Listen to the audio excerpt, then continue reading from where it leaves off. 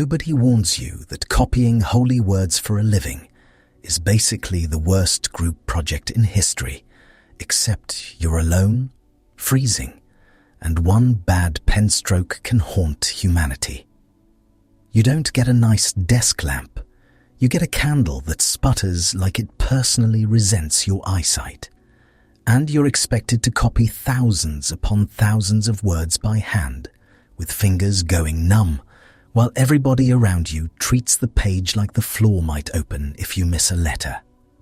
Hey guys, tonight we begin with your first night in the scriptorium. You are going to spend the evening in a cold stone room, hunched over animal skin, trying not to sneeze on what people around you believe are the very words of God.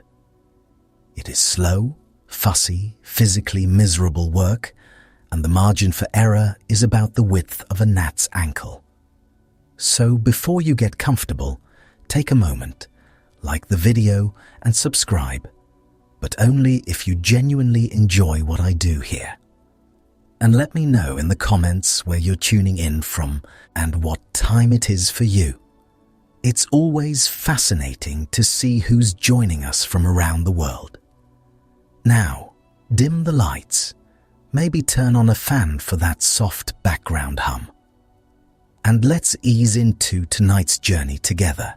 Congratulations, you've just woken up in a monastery around 900 CE. The good news, you have an important spiritual job.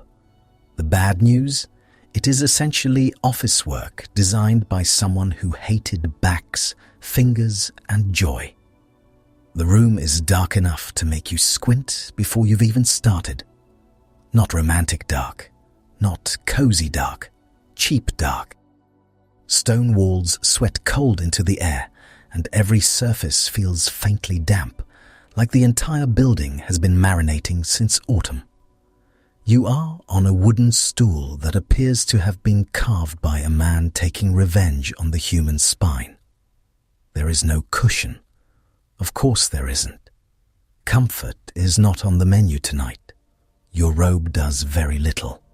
The cold slides right through it, finds your knees, and settles there like an unpaid tenant. Your toes have gone from feet to concept. In front of you sits a slanted desk with a sheet of parchment stretched across it. Parchment, in case your evening wasn't glamorous enough, is animal skin. Cleaned, scraped, dried, stretched, trimmed, and still somehow faintly committed to smelling like the sheep had unfinished business. Next to it sits your ink.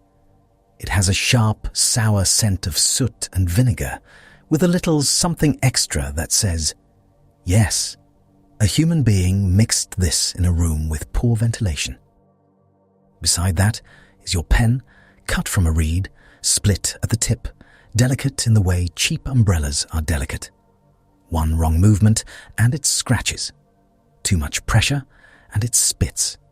Too little and it sulks. And then there is the page you are copying from.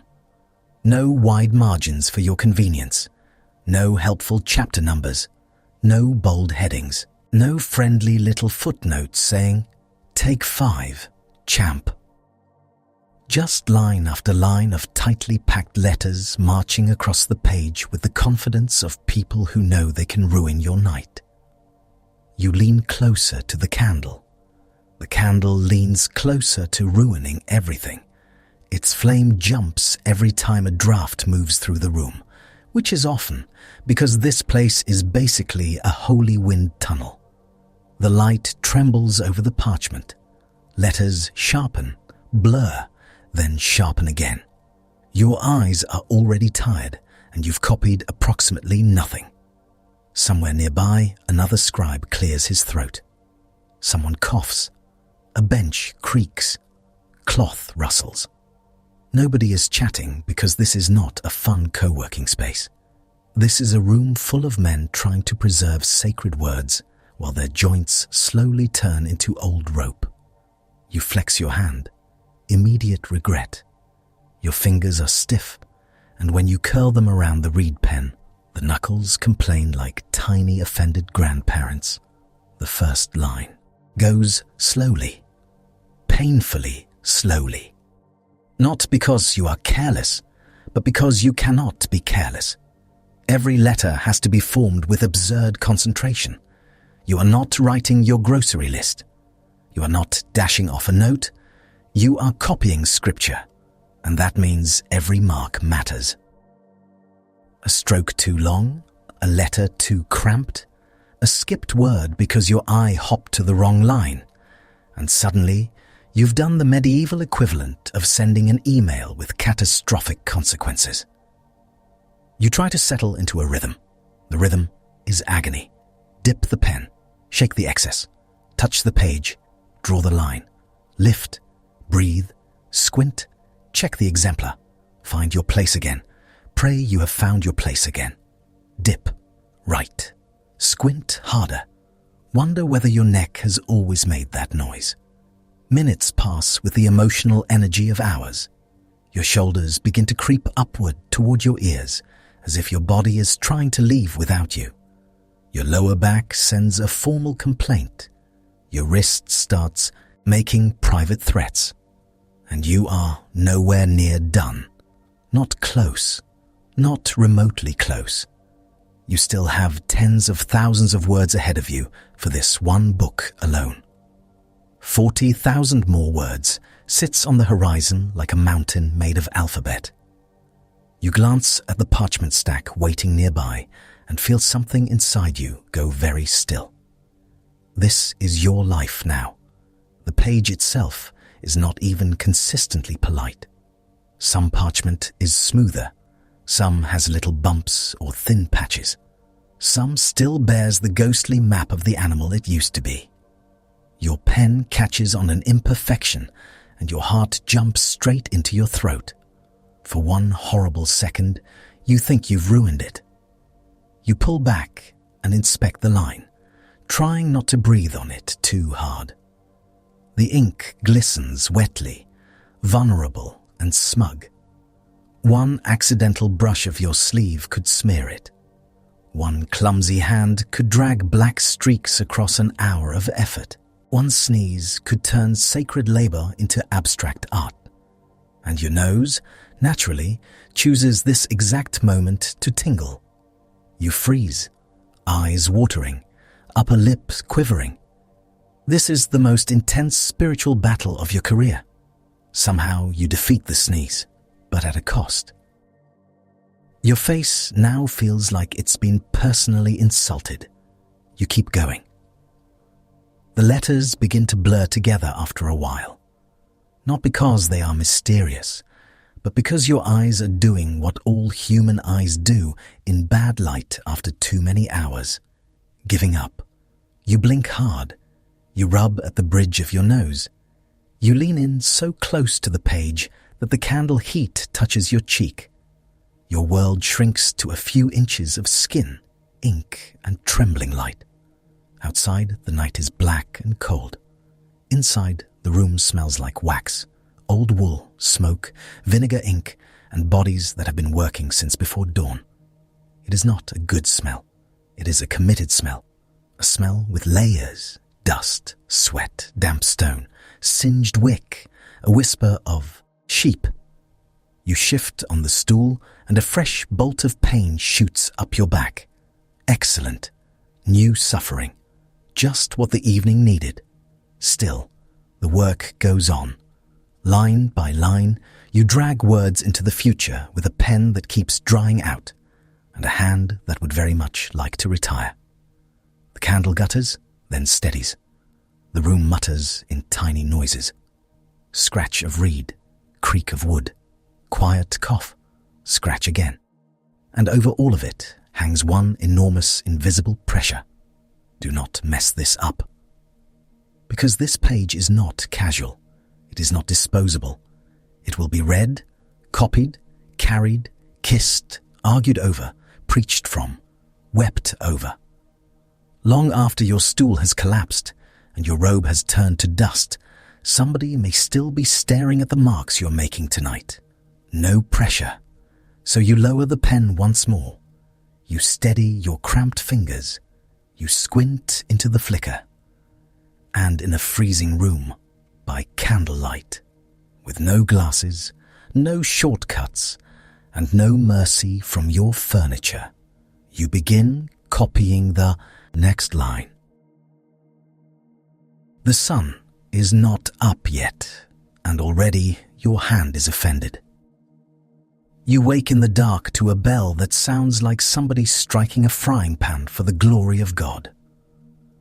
The room is cold enough that getting out from under your blanket feels like a theological test. You lose. Your feet hit the floor. Stone. Brutal, unapologetic stone. You pull on yesterday's robe, which is still carrying a faint bouquet of smoke, sweat, and damp wool, and you shuffle toward prayer before your body has fully agreed to be alive. The chapel is dim. Breathing echoes. Someone nearby has a cough that sounds permanent. You stand there half awake, mumbling through the offices, while your stomach tries to remember whether it was ever truly fed. But the morning isn't over yet. Your real companion today will be a desk, a pen, and the slow collapse of your eyesight. So here you are, sitting in the cold, pen in hand, and now you finally get to meet the glamorous tools of your trade. First, the page. Calling it a page is generous, because what you actually have is skin. Animal skin. Usually sheep, goat, or calf, depending on what was available and how fancy this particular project is supposed to be. Somebody had to soak it, scrape it, stretch it, dry it, trim it, and then scrape it again, because apparently one round of scraping was not enough misery for any involved. If you arrive near the preparation room, the smell gets to you before the sight does. It is a thick, stubborn smell. Wet hide, old lime, damp hair, and that sour animal tang that no amount of piety can disguise. Think butcher shop, laundry disaster, and barn floor all holding hands. Skins hang on frames under tension, pulled tight with cords until they look like pale, ghostly drums. A worker leans into one with a curved knife and scrapes off the last bits of flesh and hair. The sound is dry and unpleasant, like someone shaving a table. Shk, shk, shk. That noise will live in your head now. The smoother stuff is vellum, and everybody acts very impressed by it because it is finer, thinner, and better for important books. Which is true. It is also still skin, very expensive skin, lovingly processed until it becomes a writing surface worthy of sacred words and your future neck pain. You run your fingers over a prepared sheet. One side is a little smoother, the other a little more toothy. There are tiny flaws everywhere if you look closely. A thin patch, a scar line, a faint wrinkle. Once in a while, a stubborn paw. The animal did not volunteer for publication, and somehow that remains visible. Before you can write on it, the sheet has to be ruled. This is where somebody takes a stylus or a hard point and scores faint lines across the surface so your letters do not wander uphill like drunk ants. Sometimes little holes are pricked along the edges to guide the ruling. So even before a single sacred word appears, the page has already been poked, stretched, scraped, and scratched into submission. A manuscript is not born. It is wrestled into existence. And now, the ink. You do not stroll into a supply closet and grab a pack of pens because there is no supply closet. And if there were, it would contain one sad candle stub and somebody's disappointment. Ink has to be made. Which means you, or someone equally unfortunate, starts with soot. Lamp black is the treasure here. Fine black soot collected from oil lamps or charred material, gathered carefully because this filthy powder is what will become your letters. You scrape it together into a little pile that looks harmless until you breathe wrong and half of eternity goes airborne. Then comes the binder, gum arabic, sticky and fussy, mixed in to help the soot cling to the page instead of drifting off like it has better plans. Water goes in, sometimes a little vinegar, sometimes other ingredients depending on local habits and available supplies. The result is a dark liquid that smells sharp, smoky, and faintly medicinal, like a kitchen accident with ambitions. You stir it. It clings to the sides. It stains everything. Your fingers get smudged black. Your sleeve gets a mark because of course it does. Somewhere on the table is evidence of every person who has ever mixed ink in this room, layered in rings and streaks and little dried blobs. The work surface looks like it survived a very slow squid attack. Then the mixture gets poured into an inkwell. You peer into it. Thick blackness stares back. One small pot, and somehow your whole day depends on it. Too watery, and the letters go pale and weak. Too thick, and the pen drags like it is ploughing a field. Too much gum, and it clots. Too little, and your sacred words start flaking off the page as if the Bible itself has dandruff. No pressure there either. Now for the pen, and this part is almost insulting. Your great instrument of preserving divine revelation is a reed. A hollow stalk cut to length, trimmed at the end, split at the tip so it will hold a little ink.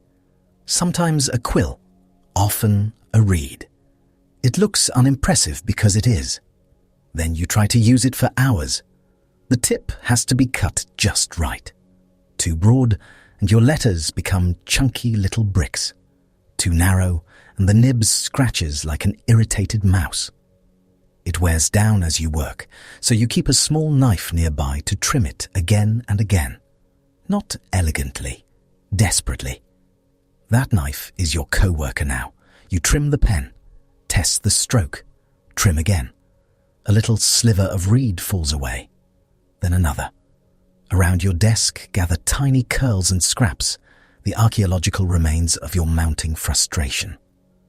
The sound of the room changes once everyone begins. Scratch, scrape, dip, scratch. A knife skims over vellum to shave down a rough spot.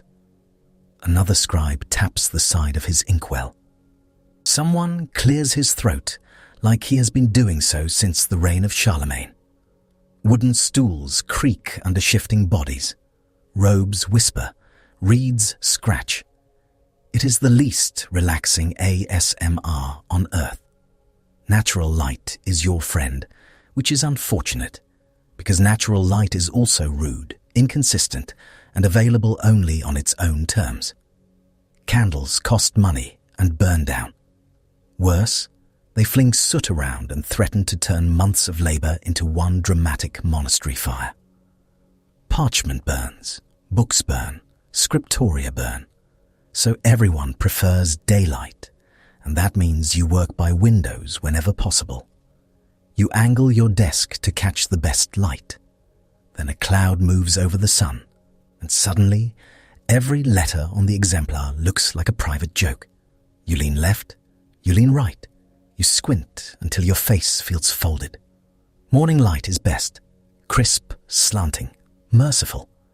By afternoon, it starts behaving like a lazy employee. Shadows lengthen, details soften, and your eyes begin filing complaints in every language they know. Still, the copying goes on. You sit with the exemplar in front of you, your blank sheet ready, your reed pen loaded. This is where the real madness begins, because what you are copying is not arranged for your comfort. Nobody has inserted nice chapter numbers. Nobody has dropped in headings. Nobody has kindly broken things into bite-sized chunks so your poor medieval brain can snack responsibly. What you often get is a solid block of letters, capital letters, one after another. No spaces, no punctuation worth bragging about. No paragraph breaks to say, "Hey friend, this thought ends here." It is just a river of ink pouring across the page without a fence in sight. All running together like the Antiochus posed to keep up. You stare at it. It stares back. At first, it almost feels possible. Then the lines start swimming. Where does one word stop and the next begin?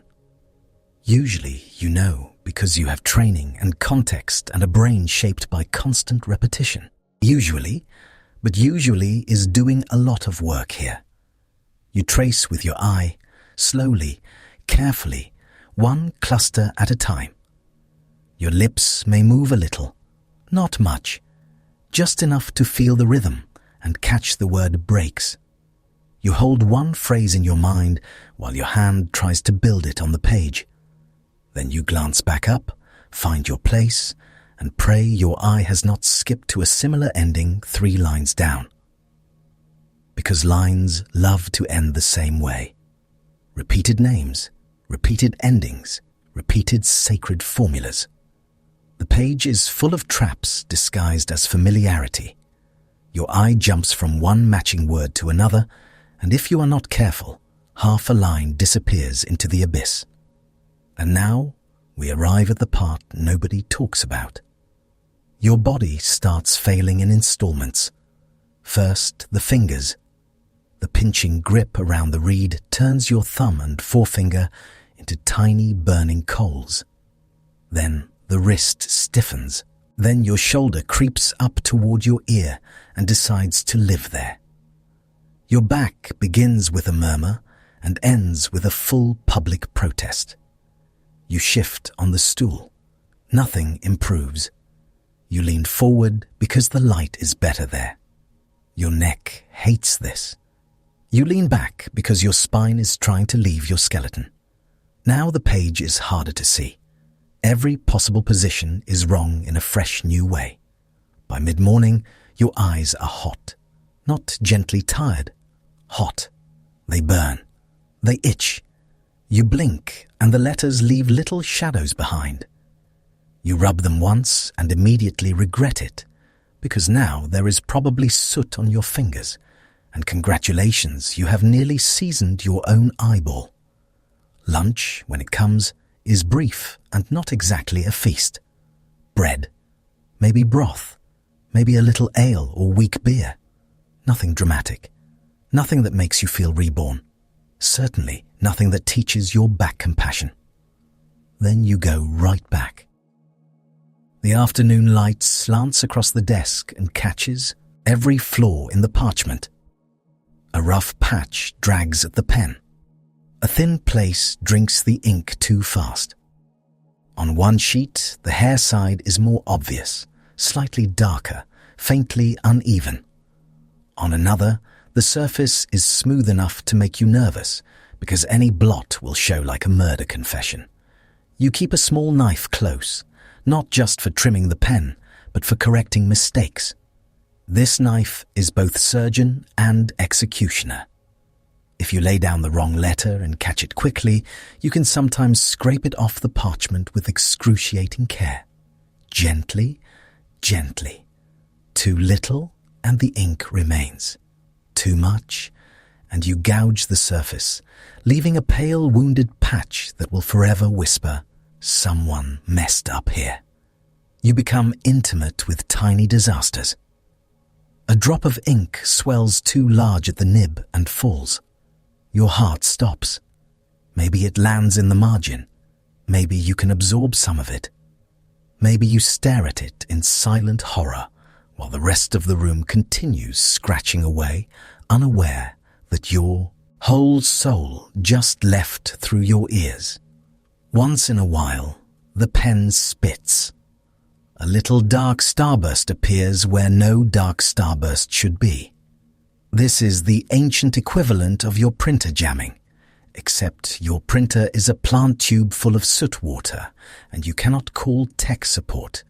Then there is the sneeze problem. Dust lives in this room. So does scraped parchment powder.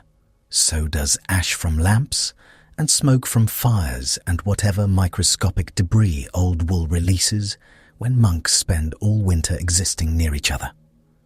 Your nose notices. The tingle begins. You freeze. There is no athletic event more intense than trying not to sneeze while hovering over wet ink on a page of scripture. Your face tightens. Your eyes water. Your soul bargains with heaven. Somehow the sneeze retreats, but now you feel haunted. Other times it wins. You turn away at the last second and erupt into your sleeve like a civilized disaster. Then you check the page in terror, still intact, barely. You have never been more grateful for cloth. Hours pass like this. Dip, write, squint, compare, return. Dip, write, squint, compare, return. The whole day becomes a machine powered by patience and lower back pain. And because God apparently wanted this job to have every feature, there is silence to manage too. Not total silence. Monasteries are never truly silent. There is always a shuffle, a cough, a bell, a distant footstep, some brother dropping something at exactly the wrong moment. But conversation is limited, which means your own thoughts get louder. You start noticing absurd details. The brother across from you has ink on his nose again. Somebody's sandal smells like old cheese and damp leather. One of the younger scribes presses so hard with his pen, you can hear his entire personality in each stroke. Outside the window, life continues with insulting normality. Birds, wind, maybe a cart on the road. Somewhere a dog gets. To be a dog and not a manuscript production unit. You are indoors, trying to distinguish one block of capitals from another before your corneas resign. Late in the day, the light turns yellow and thin. This is the dangerous time. Your concentration frays. Familiar words trick you because your mind starts filling them in before your eye has properly seen them. Your hand gets ahead of the exemplar, or behind it, or drifts onto the wrong line because two endings look alike, and your tired brain says, close enough. It is not close enough. That is the central misery humming beneath every hour of this work. Every Bible in this world, every psalter, every gospel book, every page carried from one monastery to another exists because some person sat exactly like this and copied it by hand. A human hand, not an angel hand, not a glowing beam from heaven with flawless spelling and excellent posture. A human hand with cracked skin, stiff joints, bad light, and a nose that picks the worst possible moments. You can feel the danger in that. Not dramatic danger with swords and thunder. Smaller, sneakier danger. A missed line because your eye leapt. A repeated word because your hand echoed itself. A letter formed badly enough that the next scribe will misread it. A margin note too close to the text. A correction made by scraping that leaves the surface thin and strange. One little slip and the page changes. Sometimes the change is obvious. Sometimes it is tiny. Tiny is worse, in a way. Tiny can travel. You look down at your own hand. Ink in the creases. A dark stain near the thumb. A little tremor from fatigue. This hand is carrying words forward. This same hand also dropped a spoon yesterday. That is the arrangement. Sacred books survive through sore backs, squinting eyes, and fingers that cramp in the cold. They survive through rooms that smell like soot, sheep, vinegar, and damp stone. They survive through imperfect tools made from reeds and knives and boiled glue from trees. They survive because tired people keep going. You keep going too. The final hour is the ugliest. Everyone is stiffer. Reeds wear down faster. Concentration comes in little torn pieces. The room grows dim enough that each line has to be coaxed into visibility. You bend closer, careful not to let your sleeve brush the fresh ink. Your shoulders are now 2 packed sacks of misery. One brother mutters when his pen snags. Another carefully scrapes a mistake from the page with the expression of a man defusing a bomb. You understand him completely. At last, you set down the reed and flex your fingers. They open slowly, like old hinges. There is a dent in the side of your middle finger where the pen has pressed for hours. Your neck gives a warning crack. Your eyes keep trying to focus on lines that are no longer there. The page in front of you looks almost calm now. Neat rows of letters, black ink drying on pale skin. Order, discipline, devotion. What it does not show is the chaos required to make it. The scraping hides behind the smoothness.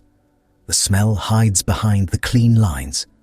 The soot, the knife, the ruled marks, the burned eyes, the swallowed sneeze, the hand that nearly slipped 3 times before noon.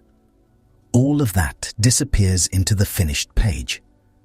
But not completely. Because tomorrow you will come back, and the same human limits will be waiting with you at the desk. Your tools will still be fragile. The light will still be fickle. Your body will still be made of parts that ache. And every letter will still depend on a person who can get tired, distracted, or wrong. Which is where this whole strange business starts to wobble. For now, all you know is that the page is not blank anymore. Your hand feels like a claw, and somewhere inside those clean dark lines sits the possibility of a mistake so small nobody notices it at first, until much later, much later. Your hand is cramping, your vision is blurring, and that's when the mistakes start creeping in. Not the dramatic kind, no thunder, no demon leaping out of the inkwell. Just one tired eye slipping half an inch too far down a page, and suddenly the Word of God has taken a very human detour. You blink hard and look back at the exemplar. At first, everything seems fine. Same black letters, same ruled lines, same dense wall of script that looks less like literature and more like a punishment. But now the letters have started doing that awful afternoon thing where they all seem related. Every ending looks like every other ending. Every name has too many of the same shapes. Your brain stops reading and starts guessing. That is where the trouble begins. Because copying is not just writing.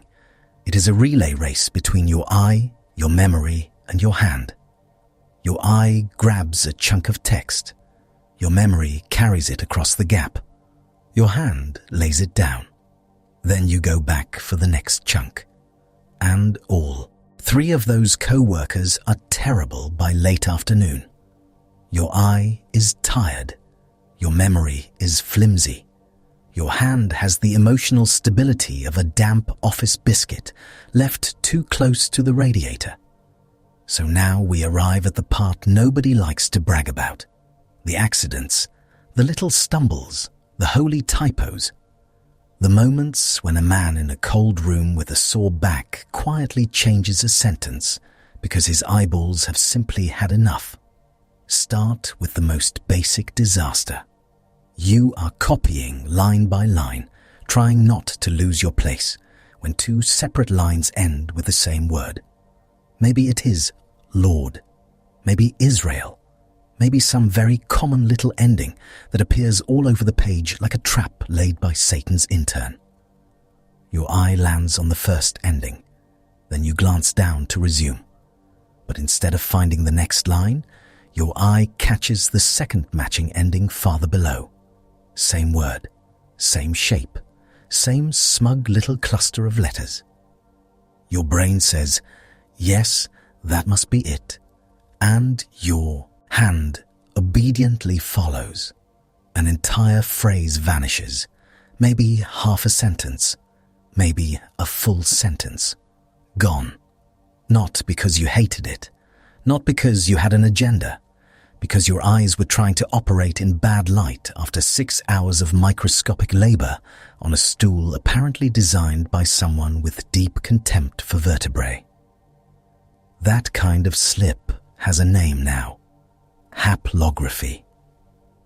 But in the room where it happens, it feels less like a technical term and more like realizing you have walked out of the bakery without the bread. You had it. You really did. Then somehow your mind hopped over the middle and went straight to the end. The worst part is how cleanly it can happen. You do not always notice it at the time. The line still looks tidy. The page still looks respectable. Nothing bursts into flames. You keep copying, convinced all is well, while one poor verse sits there missing a chunk of itself, like a man smiling politely with a tooth gone.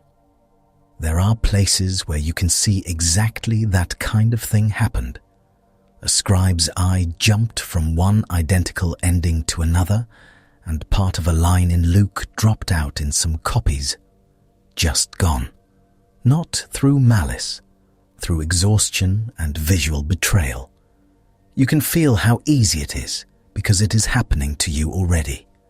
Your gaze moves down the page. You catch yourself almost skipping from one repeated ending to another. Your stomach drops. You go back, check again. There it is. The missing words waiting where they have been all along, while your tired eyes were fully prepared to fling them off a cliff. So you copy more carefully now, slower. You mouth the words under your breath. You track each line like a hunter in bad weather. Excellent. Very diligent. Very holy. Then your hand does the opposite problem. You write a phrase. You look back. Your eye returns to the line you just finished. It feels familiar because it is familiar. You have just copied it. Your mind, now running on stale bread and resentment, says, yes, continue from here. So you do. Again. Same phrase, same words, same line copied twice. This is ditography, which sounds grand and scholarly, and is really just the ancient version of sending the same text message twice because your thumb malfunctioned. Except your text message is a sacred manuscript, and your thumb is attached to a freezing monk. You can almost hear it happen. Scratch, scratch, scratch. Dip. Scratch, scratch, scratch. Then a little pause. Did I write that already? Maybe. You check. You did. Wonderful. Now the page contains a line that appears twice, like scripture briefly developed an echo. Sometimes it is only one word repeated, sometimes two, sometimes a whole clause. Your hand simply loops back and performs an encore nobody requested. There is something almost affectionate about these mistakes. Annoying, yes, but also so brutally understandable. You have read the same lines so many times that your brain stops distinguishing between seeing it and remembering it. By this point, the room is full of tiny muttered sounds, a throat being cleared, a pen being trimmed, somebody inhaling sharply because he has just realized he wrote the same word twice and must now scrape it off parchment with all the grace of a man trying to remove jam from a wedding dress. The knife comes out, gently now. You scrape at the extra letters, trying not to gouge the skin. Fine curls of dried ink and surface fluff gather under the blade. Too much pressure, and the page gets wounded. Too little, and the ghost of the mistake remains, faint but visible, like the manuscript is still thinking about embarrassing you. And now we get to the real eye twisters. Ancient Greek in unkeeled script is not there to help you. Big block letters, minimal spacing, letter forms that start looking suspiciously alike after enough hours. You stare long enough, and the alphabet turns into a family reunion of cousins with the same haircut. One word ends a certain way. Another ends almost the same way. One letter is just a slightly different angle from another. A tiny stroke matters. A small curve matters. A faded patch on the parchment matters.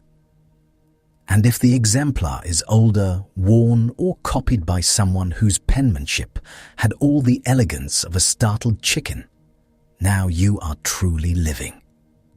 This is where similar-looking endings and words start swapping places. That lovely little category often gets folded into things like homoioteluton and related eye-skip disasters, and from your stool it all feels like one giant problem. Too many letters wearing the same outfit. Homoioteluton is the classic version where similar endings at the ends of lines lure your eye away. Same tail ending, different line, goodbye middle section. It is visual quicksand. You look at one line ending in a familiar sequence. You glance back after writing. Your eye catches the next line with that same ending and jumps straight there like an overexcited goat. Everything between them is abandoned on the hillside. Again, the page can still look perfectly respectable afterward. That is the insult. The mistake does not arrive wearing a ridiculous hat. It slips in dressed like competence. Neat hand, proper margins, calm black letters. Meanwhile, a clause has evaporated because two line endings looked annoyingly alike. There are other moments when you misread one word for another because the letters are similar and your concentration is hanging by a thread. A tiny difference in form, a cramped exemplar, a little fade in the ink, and now a verse says something just slightly different. Not usually enough to summon a doctrinal earthquake, enough to make later copyists squint and mutter, enough to produce little branching variations, the manuscript equivalent of family members all repeating the same recipe with one ingredient changed because nobody heard Aunt Miriam properly over the goat noise. And the goat noise, to be clear, is metaphorical here, mostly, because your memory is not a vault. It is a damp shelf. You often copy by looking at a few words, holding them in your mind, then writing them down. During that short trip from eye to hand, things can get rearranged. Word order shifts. A familiar phrase from another passage drifts in, because your brain likes patterns and also chaos. One small common word gets left out because it is too tiny to command respect. Tiny words suffer a lot. Articles, conjunctions, little practical bits doing the unglamorous work of making a sentence behave. These are the socks of language. Necessary, easy to lose, and somehow always the first thing to disappear in the laundry basket of your attention. You mean to copy everyone. Then your mind carries only the bigger, louder words across the gap, and some poor little "and" never makes it to the page. No conspiracy. Your brain was full. Then there are the margin notes. Oh, the margin notes. Because no matter how careful a scribe is, sometimes he adds a note at the side. Maybe he is clarifying a name. Maybe he is offering an alternate reading he has seen in another copy. Maybe he is explaining something difficult. Maybe he is just trying to help the next poor soul not drive directly into a ditch. Very thoughtful, very dangerous. A generation later, the page sits in front of another copyist. Another copyist sits down with your manuscript. He sees the main text. He sees the note at the side. The note is close enough to the body of the text that it looks important. Maybe the spacing is odd. Maybe the note mark is faint. Maybe the layout is about as clear as a soup recipe written in smoke. He hesitates. Is that note part of the text? Maybe. And because nobody wants to be the idiot who leaves out sacred words, he plays it safe by copying the note into the main body. Congratulations. The margin has just moved in permanently. What began as a little side comment now lives in the verse like it has always paid rent there. You can feel this happening more than once across the manuscripts. A note intended as explanation or variant reading gets absorbed by the next copyist, then copied again. And after a while, everybody acts like it has always been there, because by then it has been there for several generations and nobody has the original handy. It is the manuscript equivalent of a rumor becoming family history. By supper, no one remembers who first said it. It is just what everyone knows now. And none of this requires stupidity. That is the part that settles in your chest a little. These are not clown mistakes made by fools. These are exactly the mistakes you would expect from literate, trained, devout people doing exhausting work under rotten conditions with expensive materials that punish every correction. You do this in fading light. You do this in winter when your fingers are numb. You do this while hungry. You do this while listening to Brother Coughing Lung in the corner rehearse for death. You do this after years of copying words so familiar, your brain starts auto-filling them before your eyes have properly checked. Of course, mistakes happen. Sometimes they become famous. Take the notorious printing disaster, much later called the Wicked Bible. By then, the technology has changed. Presses, type, more moving parts, fresh opportunities for catastrophe. But the human element remains gloriously unreliable. A tiny word drops out of the commandment. Not, "Thou shalt not commit adultery." "Thou shalt commit adultery." Just like that. One missing "not," and the seventh commandment briefly turns into a shocking lifestyle endorsement from an extremely reckless publishing house. You can only imagine the first horrified person spotting it. Probably not calmly. Probably not with the measured voice of a man saying, "Ah, yes, a minor typographical issue." More likely with the energy of someone discovering his church bulletin has accidentally become a criminal suggestion. The printers were fined. Copies were recalled. The whole thing became legendary, because of course it did. One tiny missing word. That is all it takes. And once you know how manuscripts are made, the horror becomes almost funny. Not funny to the people paying for the editions, certainly. But funny in the deeply human way all disasters are funny once enough time has passed, and nobody is currently being sued. You can feel the whole chain. One eye skips, one hand repeats, one note drifts inward, one tiny word falls out, one letter is mistaken for its annoyingly similar cousin. The page continues on with serene confidence, while the error hitches a ride into the future. 3 years pass. The smell hasn't improved. You are older now, better trained, faster maybe, certainly no happier. About the stool. You have seen enough pages to know where the traps lie. Repeated endings, similar names, marginal notes lurking like troublemakers near the fence. Still, the mistakes keep happening. Not always to you, sometimes to the exemplar before you. That is another little thrill. You are copying along, and suddenly something feels odd. A phrase repeated, a grammar hiccup, a line that seems to have swallowed its neighbor. You pause. Your pen hovers. Did the scribe before you stumble? Almost certainly. Now you have a decision to make. Copy exactly what you see, because fidelity matters. or make a tiny correction because it is obviously wrong and you are not about to preserve someone else's blunder in premium calfskin. That road leads to a fresh kind of mess. For now, you stay with the honest accidents, because they are everywhere. A line omitted because the eye jumped. A line repeated because the memory doubled back. A word altered because the letters looked too similar.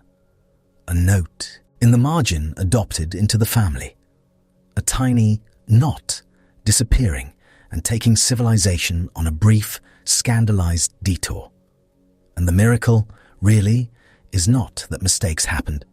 The miracle is how much survived despite them. You look around the room again. Bent heads, tired hands, ink-stained sleeves. One brother rubbing his shoulder as if he might simply remove the whole arm and set it aside for tomorrow.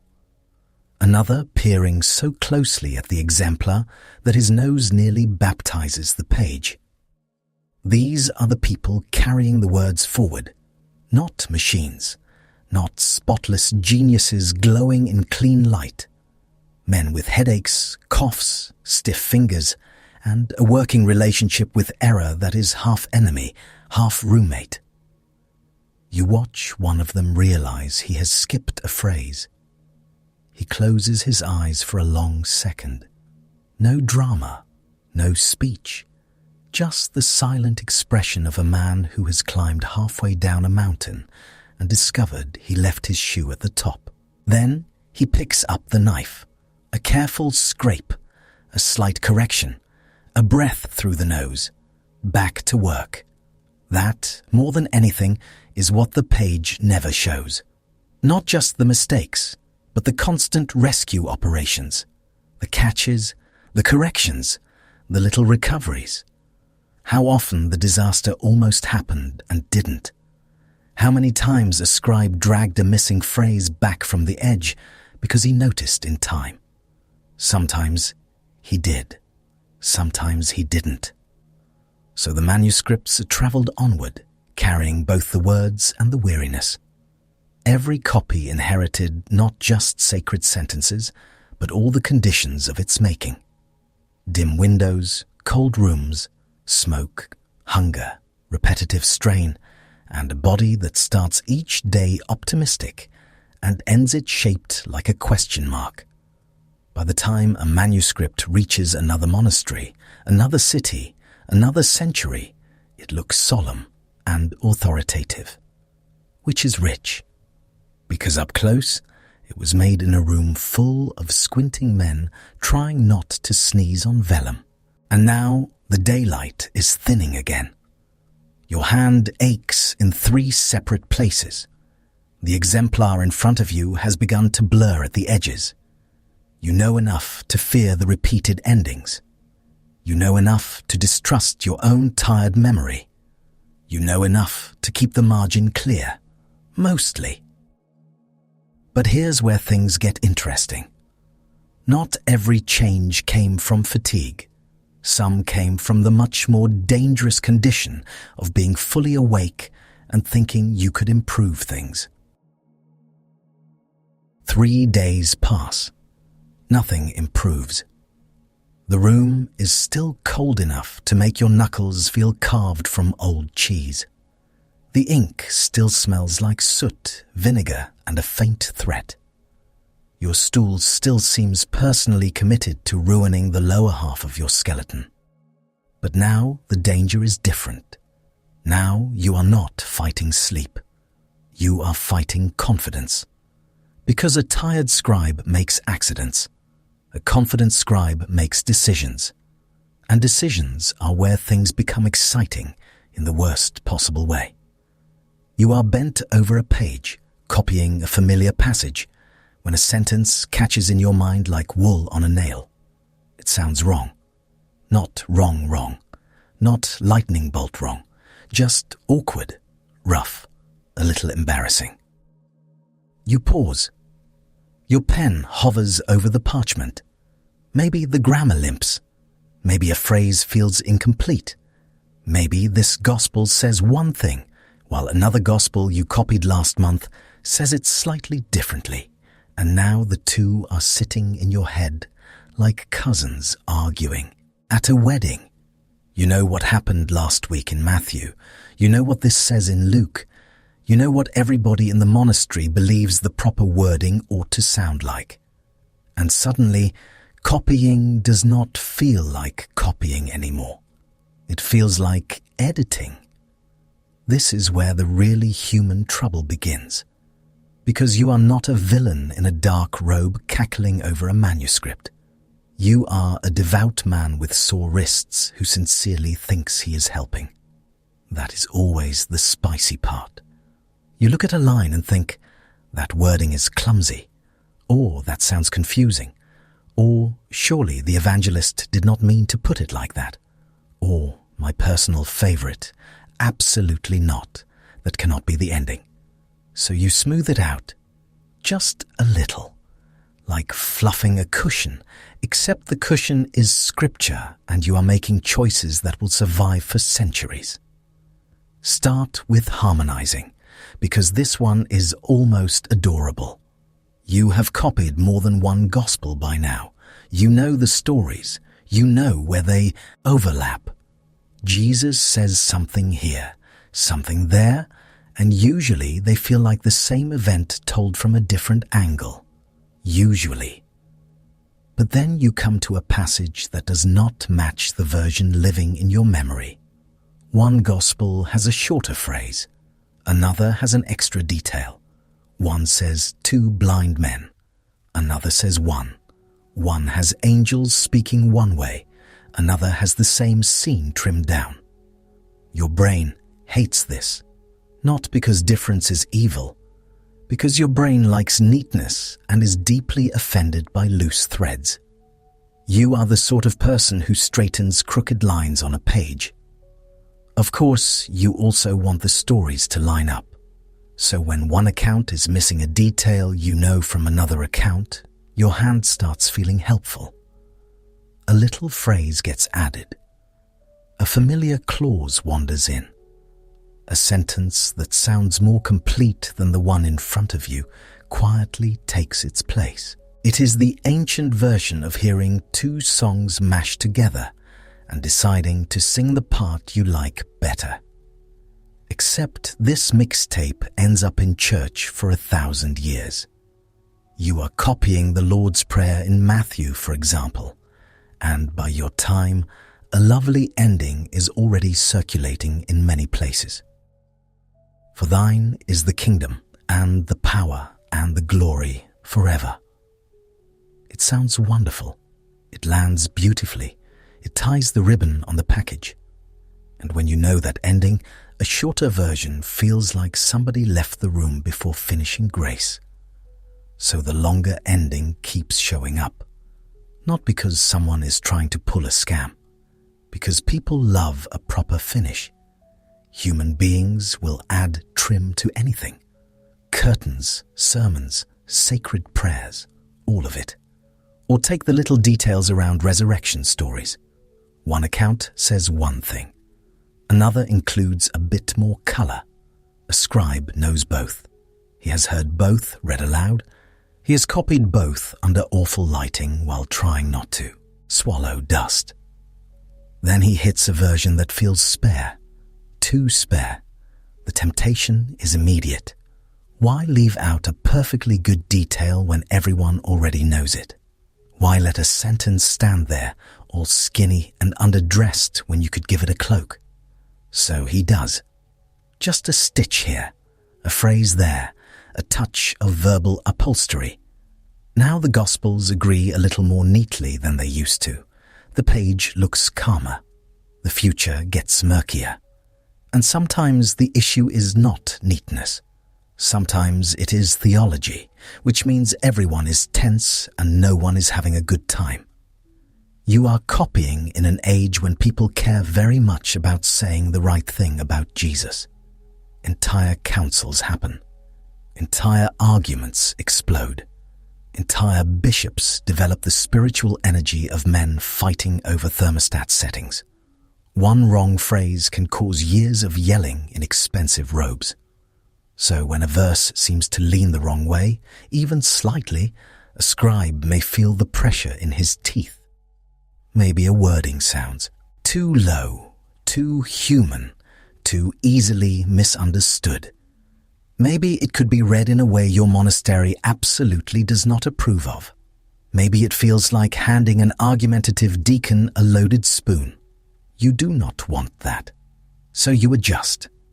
One classic sort of adjustment happens when a line seems to suggest ignorance, weakness, or limitation too bluntly. There are passages where Jesus in his humanity says things that later copyists found uncomfortable. Perfectly comprehensible in context, yes, but uncomfortable.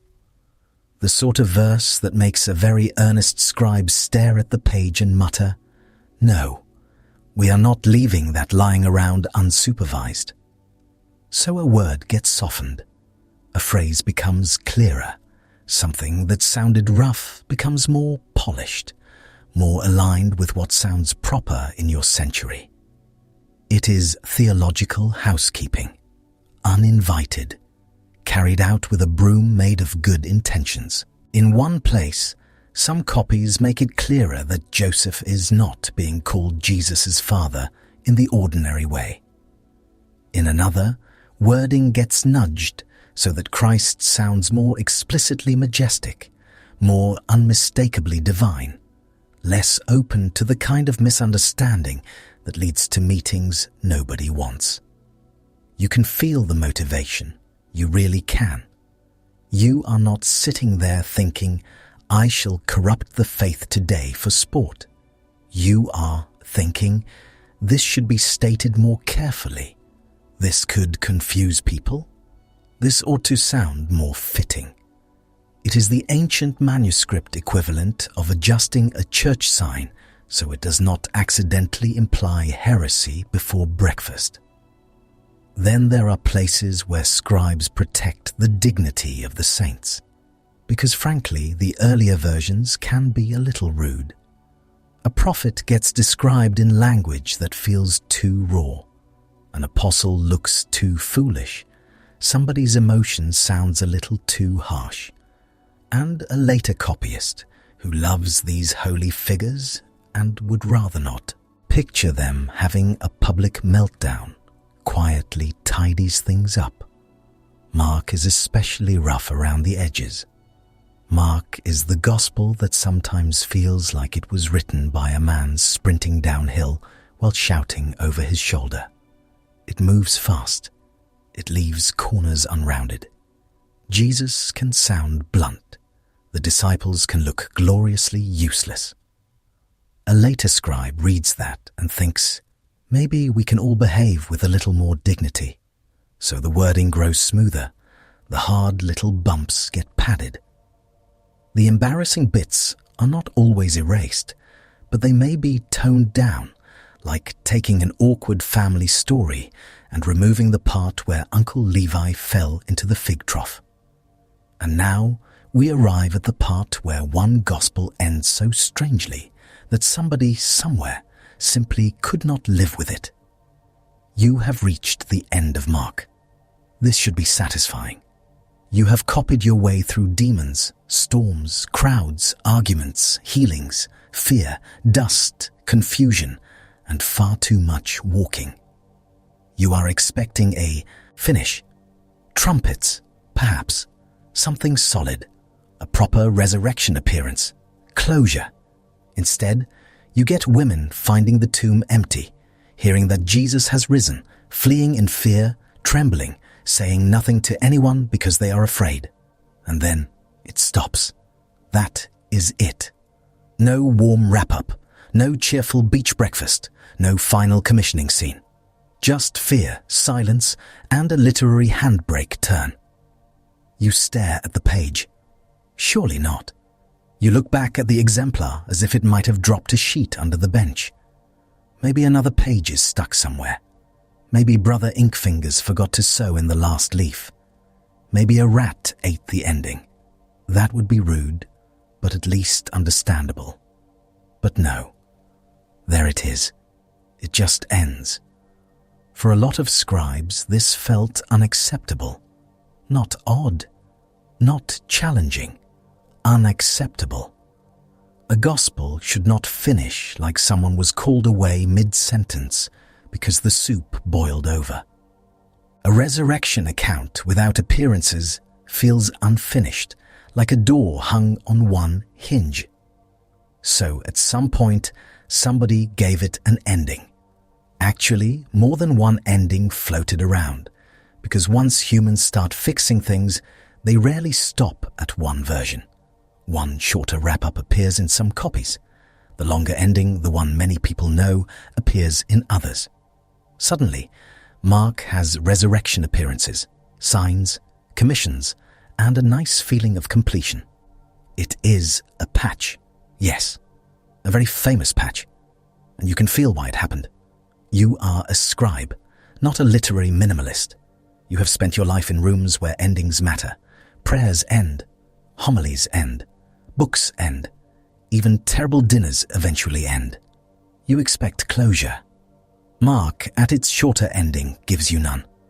So someone built a porch onto the house.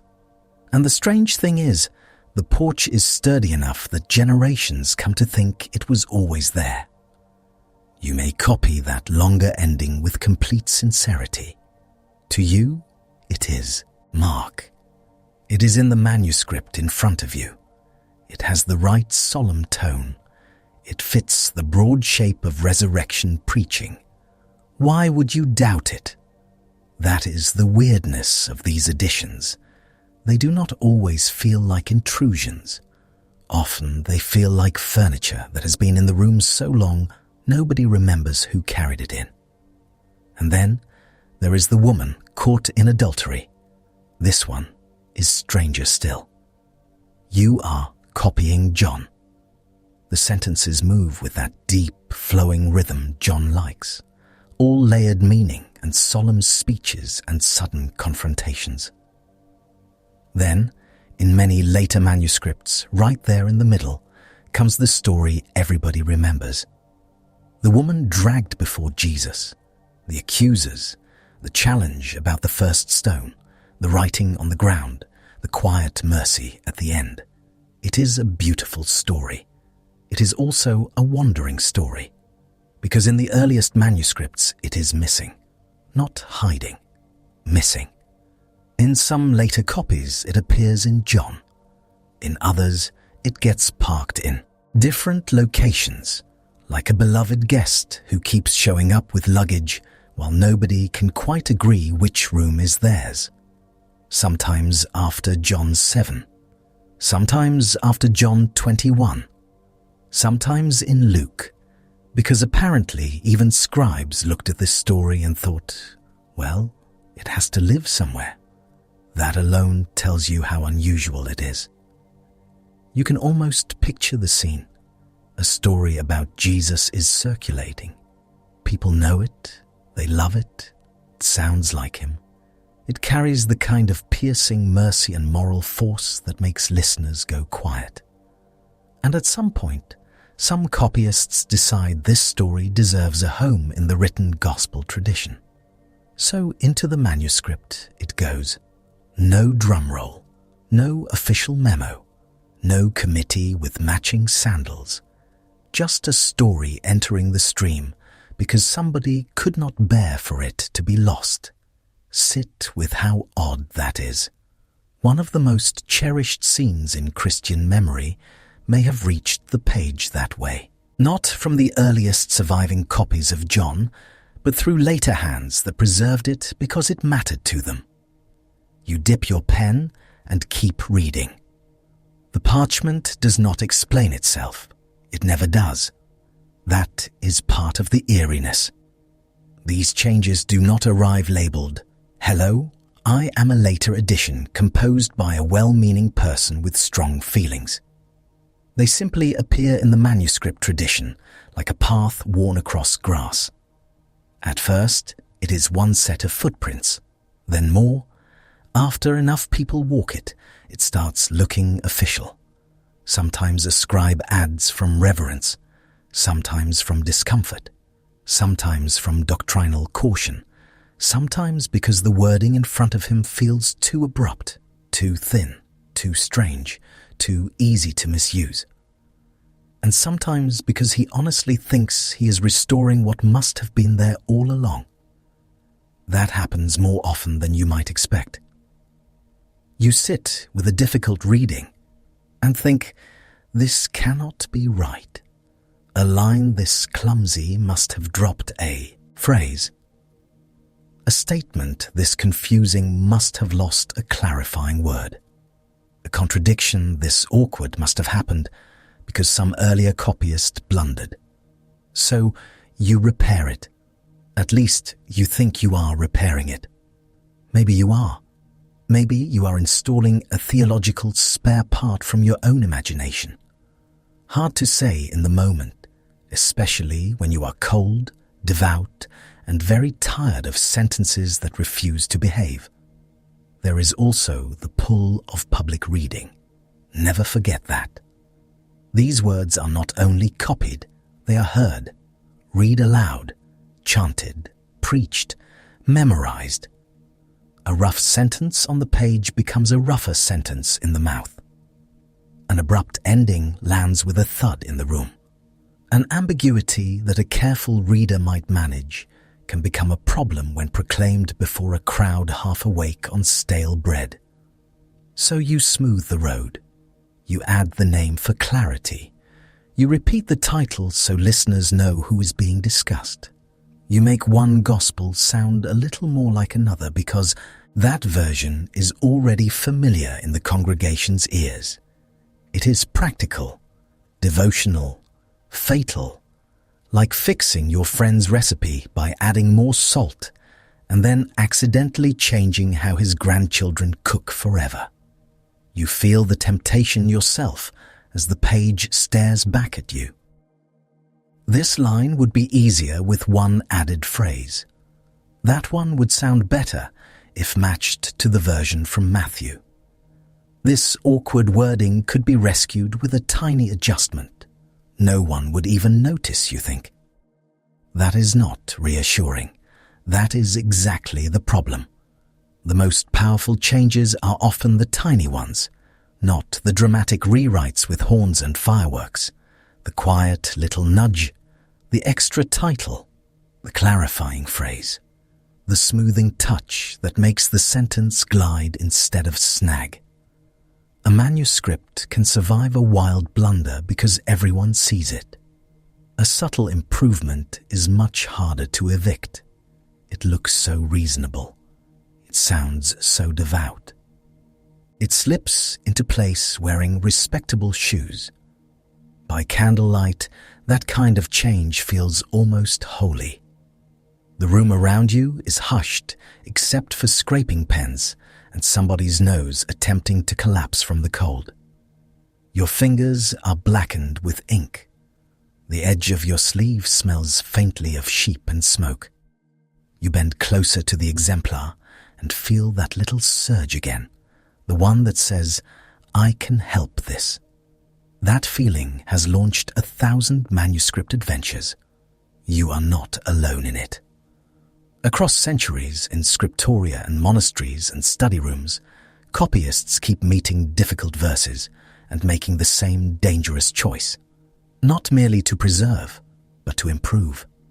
Some do it once, some do it often, some inherit a changed reading and pass it on without ever suspecting. It began as somebody's intervention 300 years earlier. That is the part that really gets you. A deliberate change does not stay deliberate for long.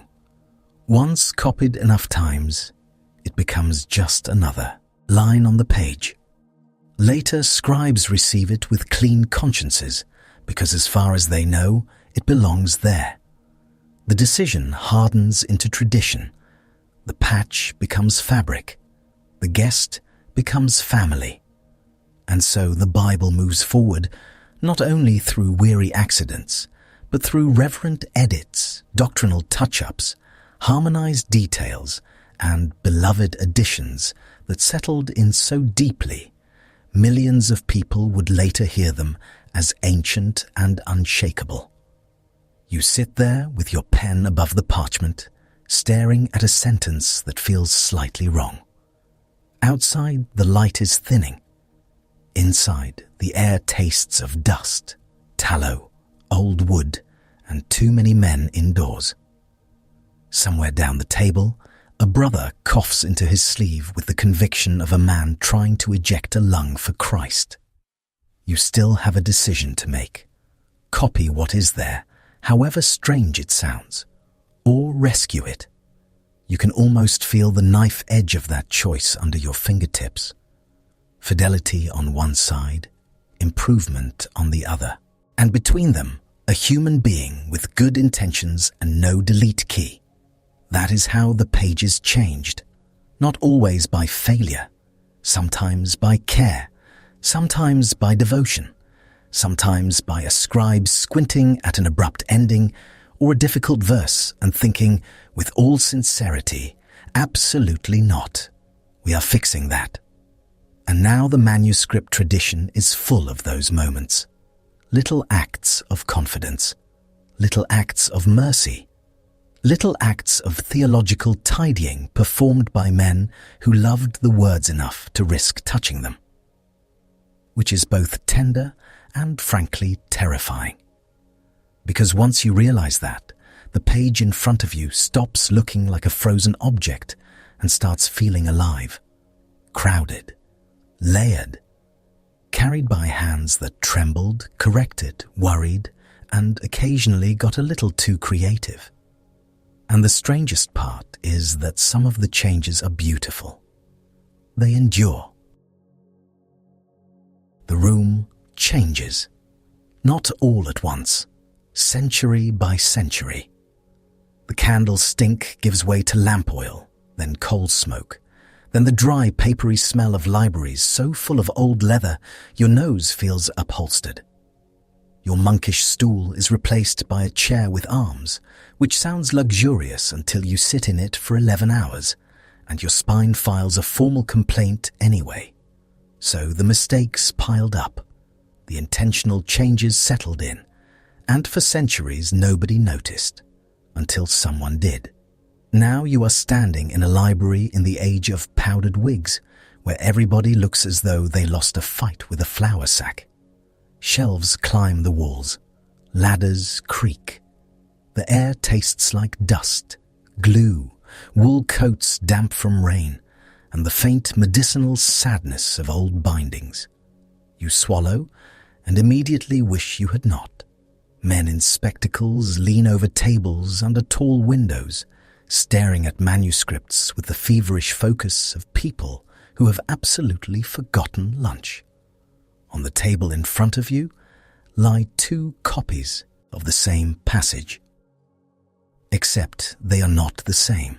One has an extra phrase, one swaps a word, one leaves out a line, the other includes as if nothing is weird about that. You look from one to the other, then back again, and get that small electric thrill people usually reserve for finding a secret door in a boring house. This is no longer copying. This is detective work with parchment. At first, it feels almost rude. These books have been revered, kissed, chained to pulpits, carried through wars, hidden in walls, read beside deathbeds. And now here you are squinting at them like a suspicious accountant. But once you see the differences, you cannot unsee them. They are everywhere. Tiny ones, large ones, awkward ones, pious ones, ones that look like a sleepy pen slipped, and ones that look like Brother Helpful struck again. So you start comparing. Line against line, word against word, letter against letter. The whole thing is gloriously tedious. You sit in a reading room so quiet you can hear paper fibers complain when a page turns. Your finger traces a verse in one manuscript, then another, then another. You jot notes. You build lists. Your eyes sting. Your neck tightens. By evening, your fingertips smell like old leather, dust, and that dry, flaky parchment scent that says, yes, this was once an animal, and no, that fact will never become less strange. Still, the puzzle starts to move. One manuscript has a reading, another shares it. A third has the same mistake, including a weird misspelling no sane person would invent twice. That is your first clue.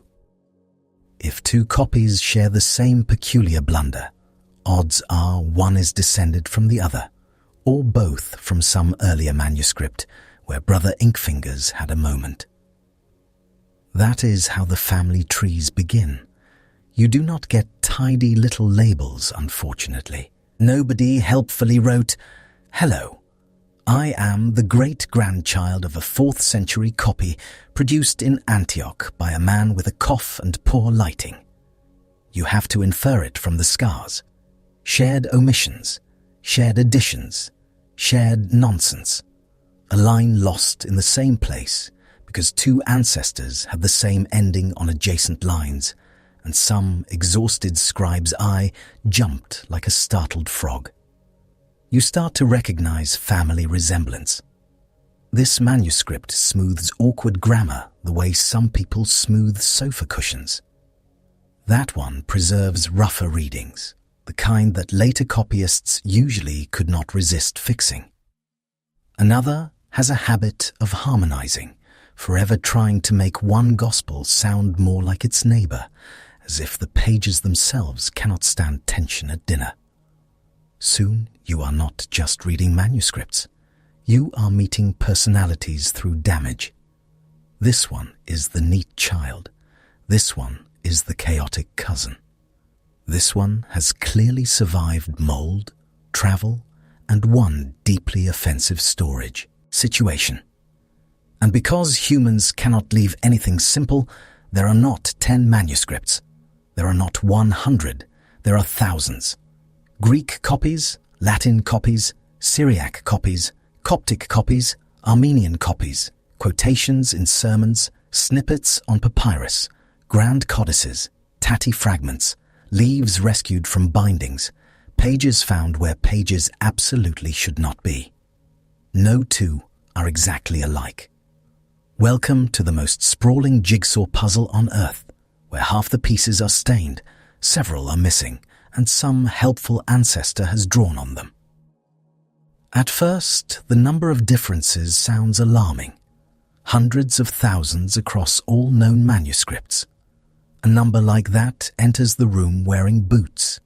It thumps. It wants attention. You hear it and imagine doctrinal chaos, parchment riots, elderly professors fainting onto catalogues. Then you look closely. A shocking number of these differences are ancient typo energy. One scribe spells a name one way. Another flips the order of two words. One writes, Jesus Christ.